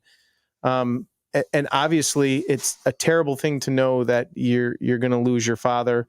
It's a good thing to know that he's in the care of hospice. Yeah. I mean, my wife worked for hospice for many years, and she was a champ at it. And she still has that with her, even though she's doing other things now outside of it. Well, my sister-in-law works for hospice. One of my cousins is a hospice nurse as well. Literally today, I was watching our cameras because that's what I get to do over here. I'm watching the very bad YouTube video of them putting him in a hospital bed in the bedroom in his house. Okay, yep. Sure. My stepdad and my dad both had different dealings with them, and both of them were like outstanding, like fantastic. Like I it's got to be a little fearful to know that hospice is coming in to treat you, like as the person that's getting it, but as like the family to know that they're being taken care of, like in the best way possible, and it really is. It's comforting for everybody, I think. Yeah. I think making sure that you have a support network around you. You said you rarely have interactions with people unless they're asking something from you. And I think that you should utilize your Al-Anon group or continue to reach out and create a group of your own. You have to have a support group, right? Yeah. I don't think anybody can carry the weight and the challenges of mental health. I mean, if you already are a person who has inherent mental health issues, whether they be big or whether they be small, they're yours, right? And you're carrying them. And then you have everything that happens in any given day in life. And all that does is serve to pile on. And you've got to have someone or someones that you can reach out to just to be a soundboard, or just to have somebody listen to you, right? Because you're spending so much time giving yourself to other things and executing whatever somebody else needs and is asking from you. You've got to get that from somebody else. And if you go other than the hourly therapy dump. Yeah. I mean, I guess that's every one of my dumps is an hourly therapy dump. Well, that's pretty funny. I think too, just to add on, because after I've dealt with some major mental health things too, and I think not fighting them is part of it too, like not feeling guilty about how you feel, or that you're struggling through something, and just kind of accepting it, like, because you kind of bottle it up then. Yeah, it's like fighting rip currents. You're not supposed to fight them. You're supposed to go like swim with the current, like that sort of thing. I had one of my therapists, my neurology therapist, tell me, you're in those moments, you don't fight that you're in that moment. Don't.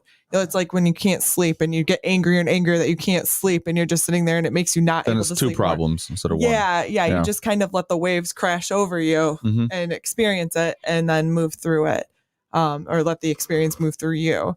So that was something that was a hard skill to learn, but very helpful. Junior Jackson says you live your, I'm guessing, life one step and a day at a time, and you live the best life you can. And when life says you need to take a moment, you just take the time you need. But dealing with the loss of your dad is a hard thing, but you just have to be there for them as best as you can. Also, keep talking after it happens. You are only as good as the support you have around you. So even our listeners are giving listeners support. It's beautiful. Yeah, it's a beautiful thing. It's a great thing about this podcast. I have so those were the two emails I had, and Dan's question.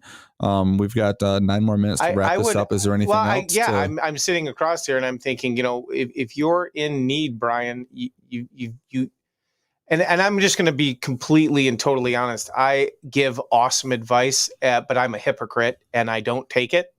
I am failing miserably at life when it comes to half of the shit that I just spewed at you, but I know it to be true and I know it to be right, in spite of my own failings at, I think, accomplishing that in any given moment that I should.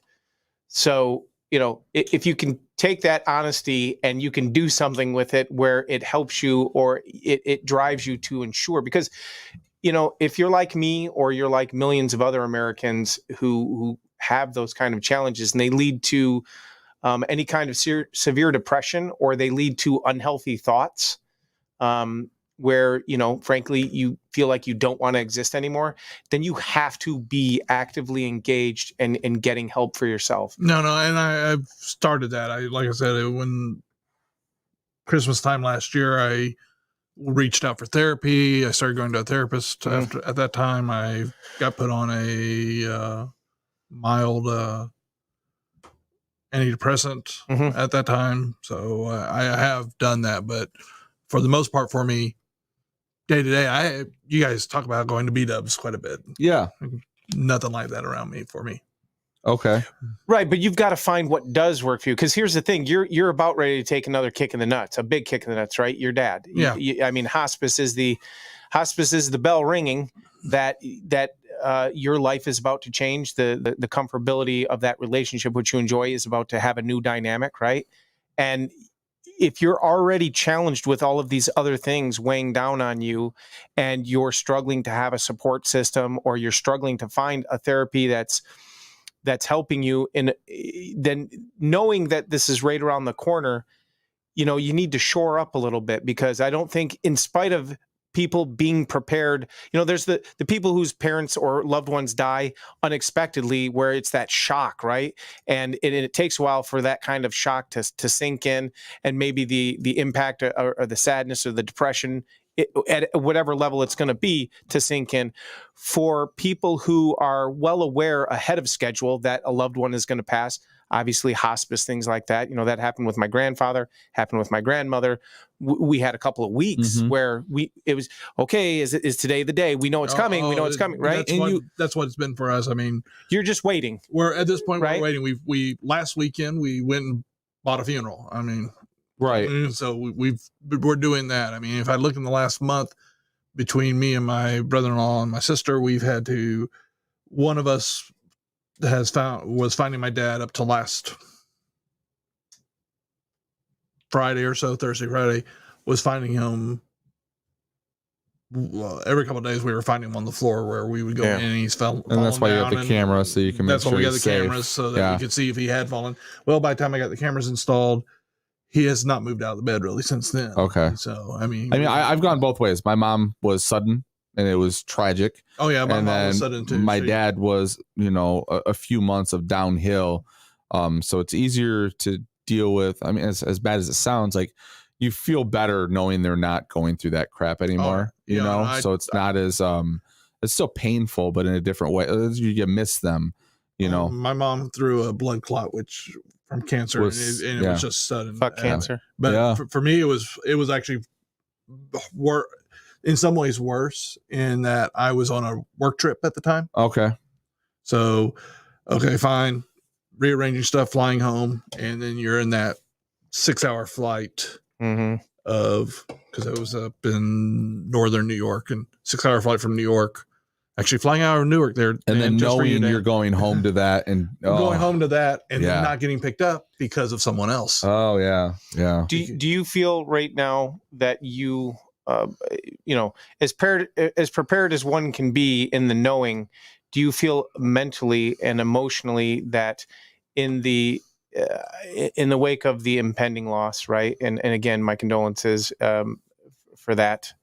That Grant's not going to have me around anymore. I'm too much of a downer every time. No, not at all.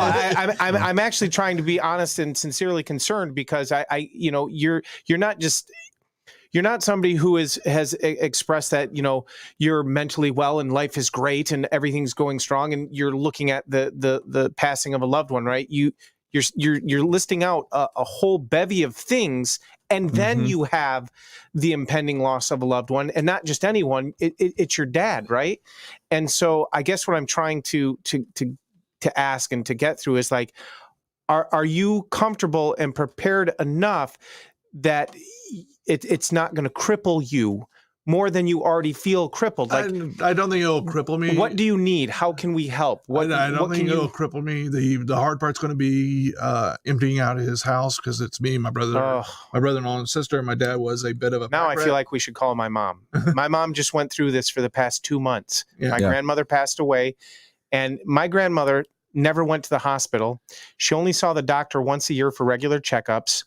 She went this year, and within 3 weeks, after never having a single medical issue, no joke, within 3 weeks, she went from perfectly healthy, 90 some odd years old, driving back and forth from Florida on her own to Michigan regularly, clean her own gutters, go for 5-mile walks every day, 3 weeks, beginning to end.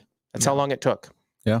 And my mom has spent the last 2 months going through all the paperwork, dealing with the banks, the finances, going through the house, getting rid of everything, selling everything, hanging on to stuff, giving stuff out to the family. And then she's got the house and the property. And literally this all took 2 months. And finally, this past week, it was all over and done with. And that's when it hit her. Right. That's when she was so busy. Yep. Right. And so what I'm trying to impress upon you based on everything you've said is like you're set up right now to have a massive kick in the nuts that can impact one's mental health to the point of, a complete and utter break. And what I'm saying is severe depression, right? Like So what and I'm frankly concerned when I hear that, and I want to make sure that you can call me. You can call. I'm going to just go ahead and impose on Jason and call Jason, but but not if you've got to take care of yourself, right? I mean, you need to be there for your dad as much as you can be. Yeah. During this time, but you also have to shore up and prepare for yourself. And if you know that it's coming, and you have all of these other things.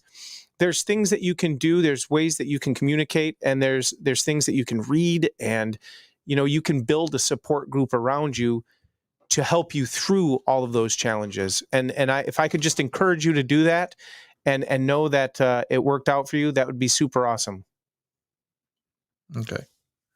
So yeah, I'm that's part of my concern there because I do not have the support group other than the podcast community. Sure. A great community. Now, when I mentioned your Al-Anon group, though, you quietly shook your head no. No, because me and my Al-Anon group do not get along very well. Then find a different Al-Anon group. They're everywhere. And I've gone through 4 or 5 over the last 7-8 years. Okay. Because I've been going for a while.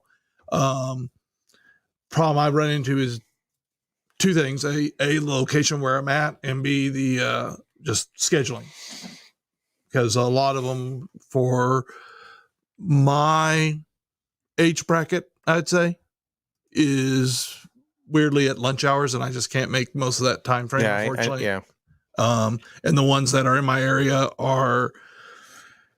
it's about the same as my Hallmark movie watching group. Well, you know what? It's the one young male and 7-8 ladies that are 70 plus. You're a tech genius. You don't have to be in the same environment. Get online and find an Al-Anon group online and go to them online. I've tried those. Those are not good though. Personally, they're not good for you. Not good for me. All right. But I have tried. I mean, I even tried therapists at first that way. I can look and find more resources outside of Al-Anon. I think I focus on Al-Anon because the structure of Al-Anon can you don't even need to be frankly someone who's been impacted negatively by someone who abused drugs or alcohol or the drugs and alcohol somehow impacted your life in a horrible way to utilize the framework of Al-Anon, right? Yeah. And you use it for multiple. I wouldn't say that I'm using it parts of right your now. life. I confess that I'm rather quite you hypocritical. have used it for different aspects other than just dealing with alcohol. Yep. It really just comes down to, I have to help myself. I'm great at giving advice. I'm terrible at taking it myself. But if I can impress upon you anything, man, because I definitely am worried about you. And I think that there's help out there. I think there's definitely support, and you've got to be open to just trying new things in order to find what is going to work for you. But don't let it get to that point where you're despondent or so broken that we don't hear from you, or that we don't get to have these kind of interactions. These seeing you this second year in a row is pretty awesome. Yeah, it's very nice that you came up here. I appreciate it. I'm willing to go to Vegas if you just do the Vegas, because I figure Kristen might come down. Closer drive? Not closer drive, but I've been planning to go see the Myers. I was going to say, you see how he's slick? Because Kristen might come down. He didn't say shit about Chris. Yeah, but that's his Hallmark buddy. Yeah. Kristen, they do Hallmark together. Yeah, you get me on Elise and Kristen I wouldn't together. know that. You guys don't would listen to the show. All right, on that note, we're going to wrap up this hour. We're going to take a short break, and we will be back with 8 things I learned. I don't think we are. Are you? Wait, what are we doing? Be around? Okay. We're going to reboot, regroup, figure things out. So, stick around, look on social media, or we'll holler back at you as soon as I know what the next hour is going to be. Till next time, we're on hiatus. Maybe permanently. We'll see how long this hiatus lasts. I'll shove a microphone up your ass. He'll do it. We'll see. We'll see Grant again. I see you. All right. See you in a bit. Till next time, we're on hiatus.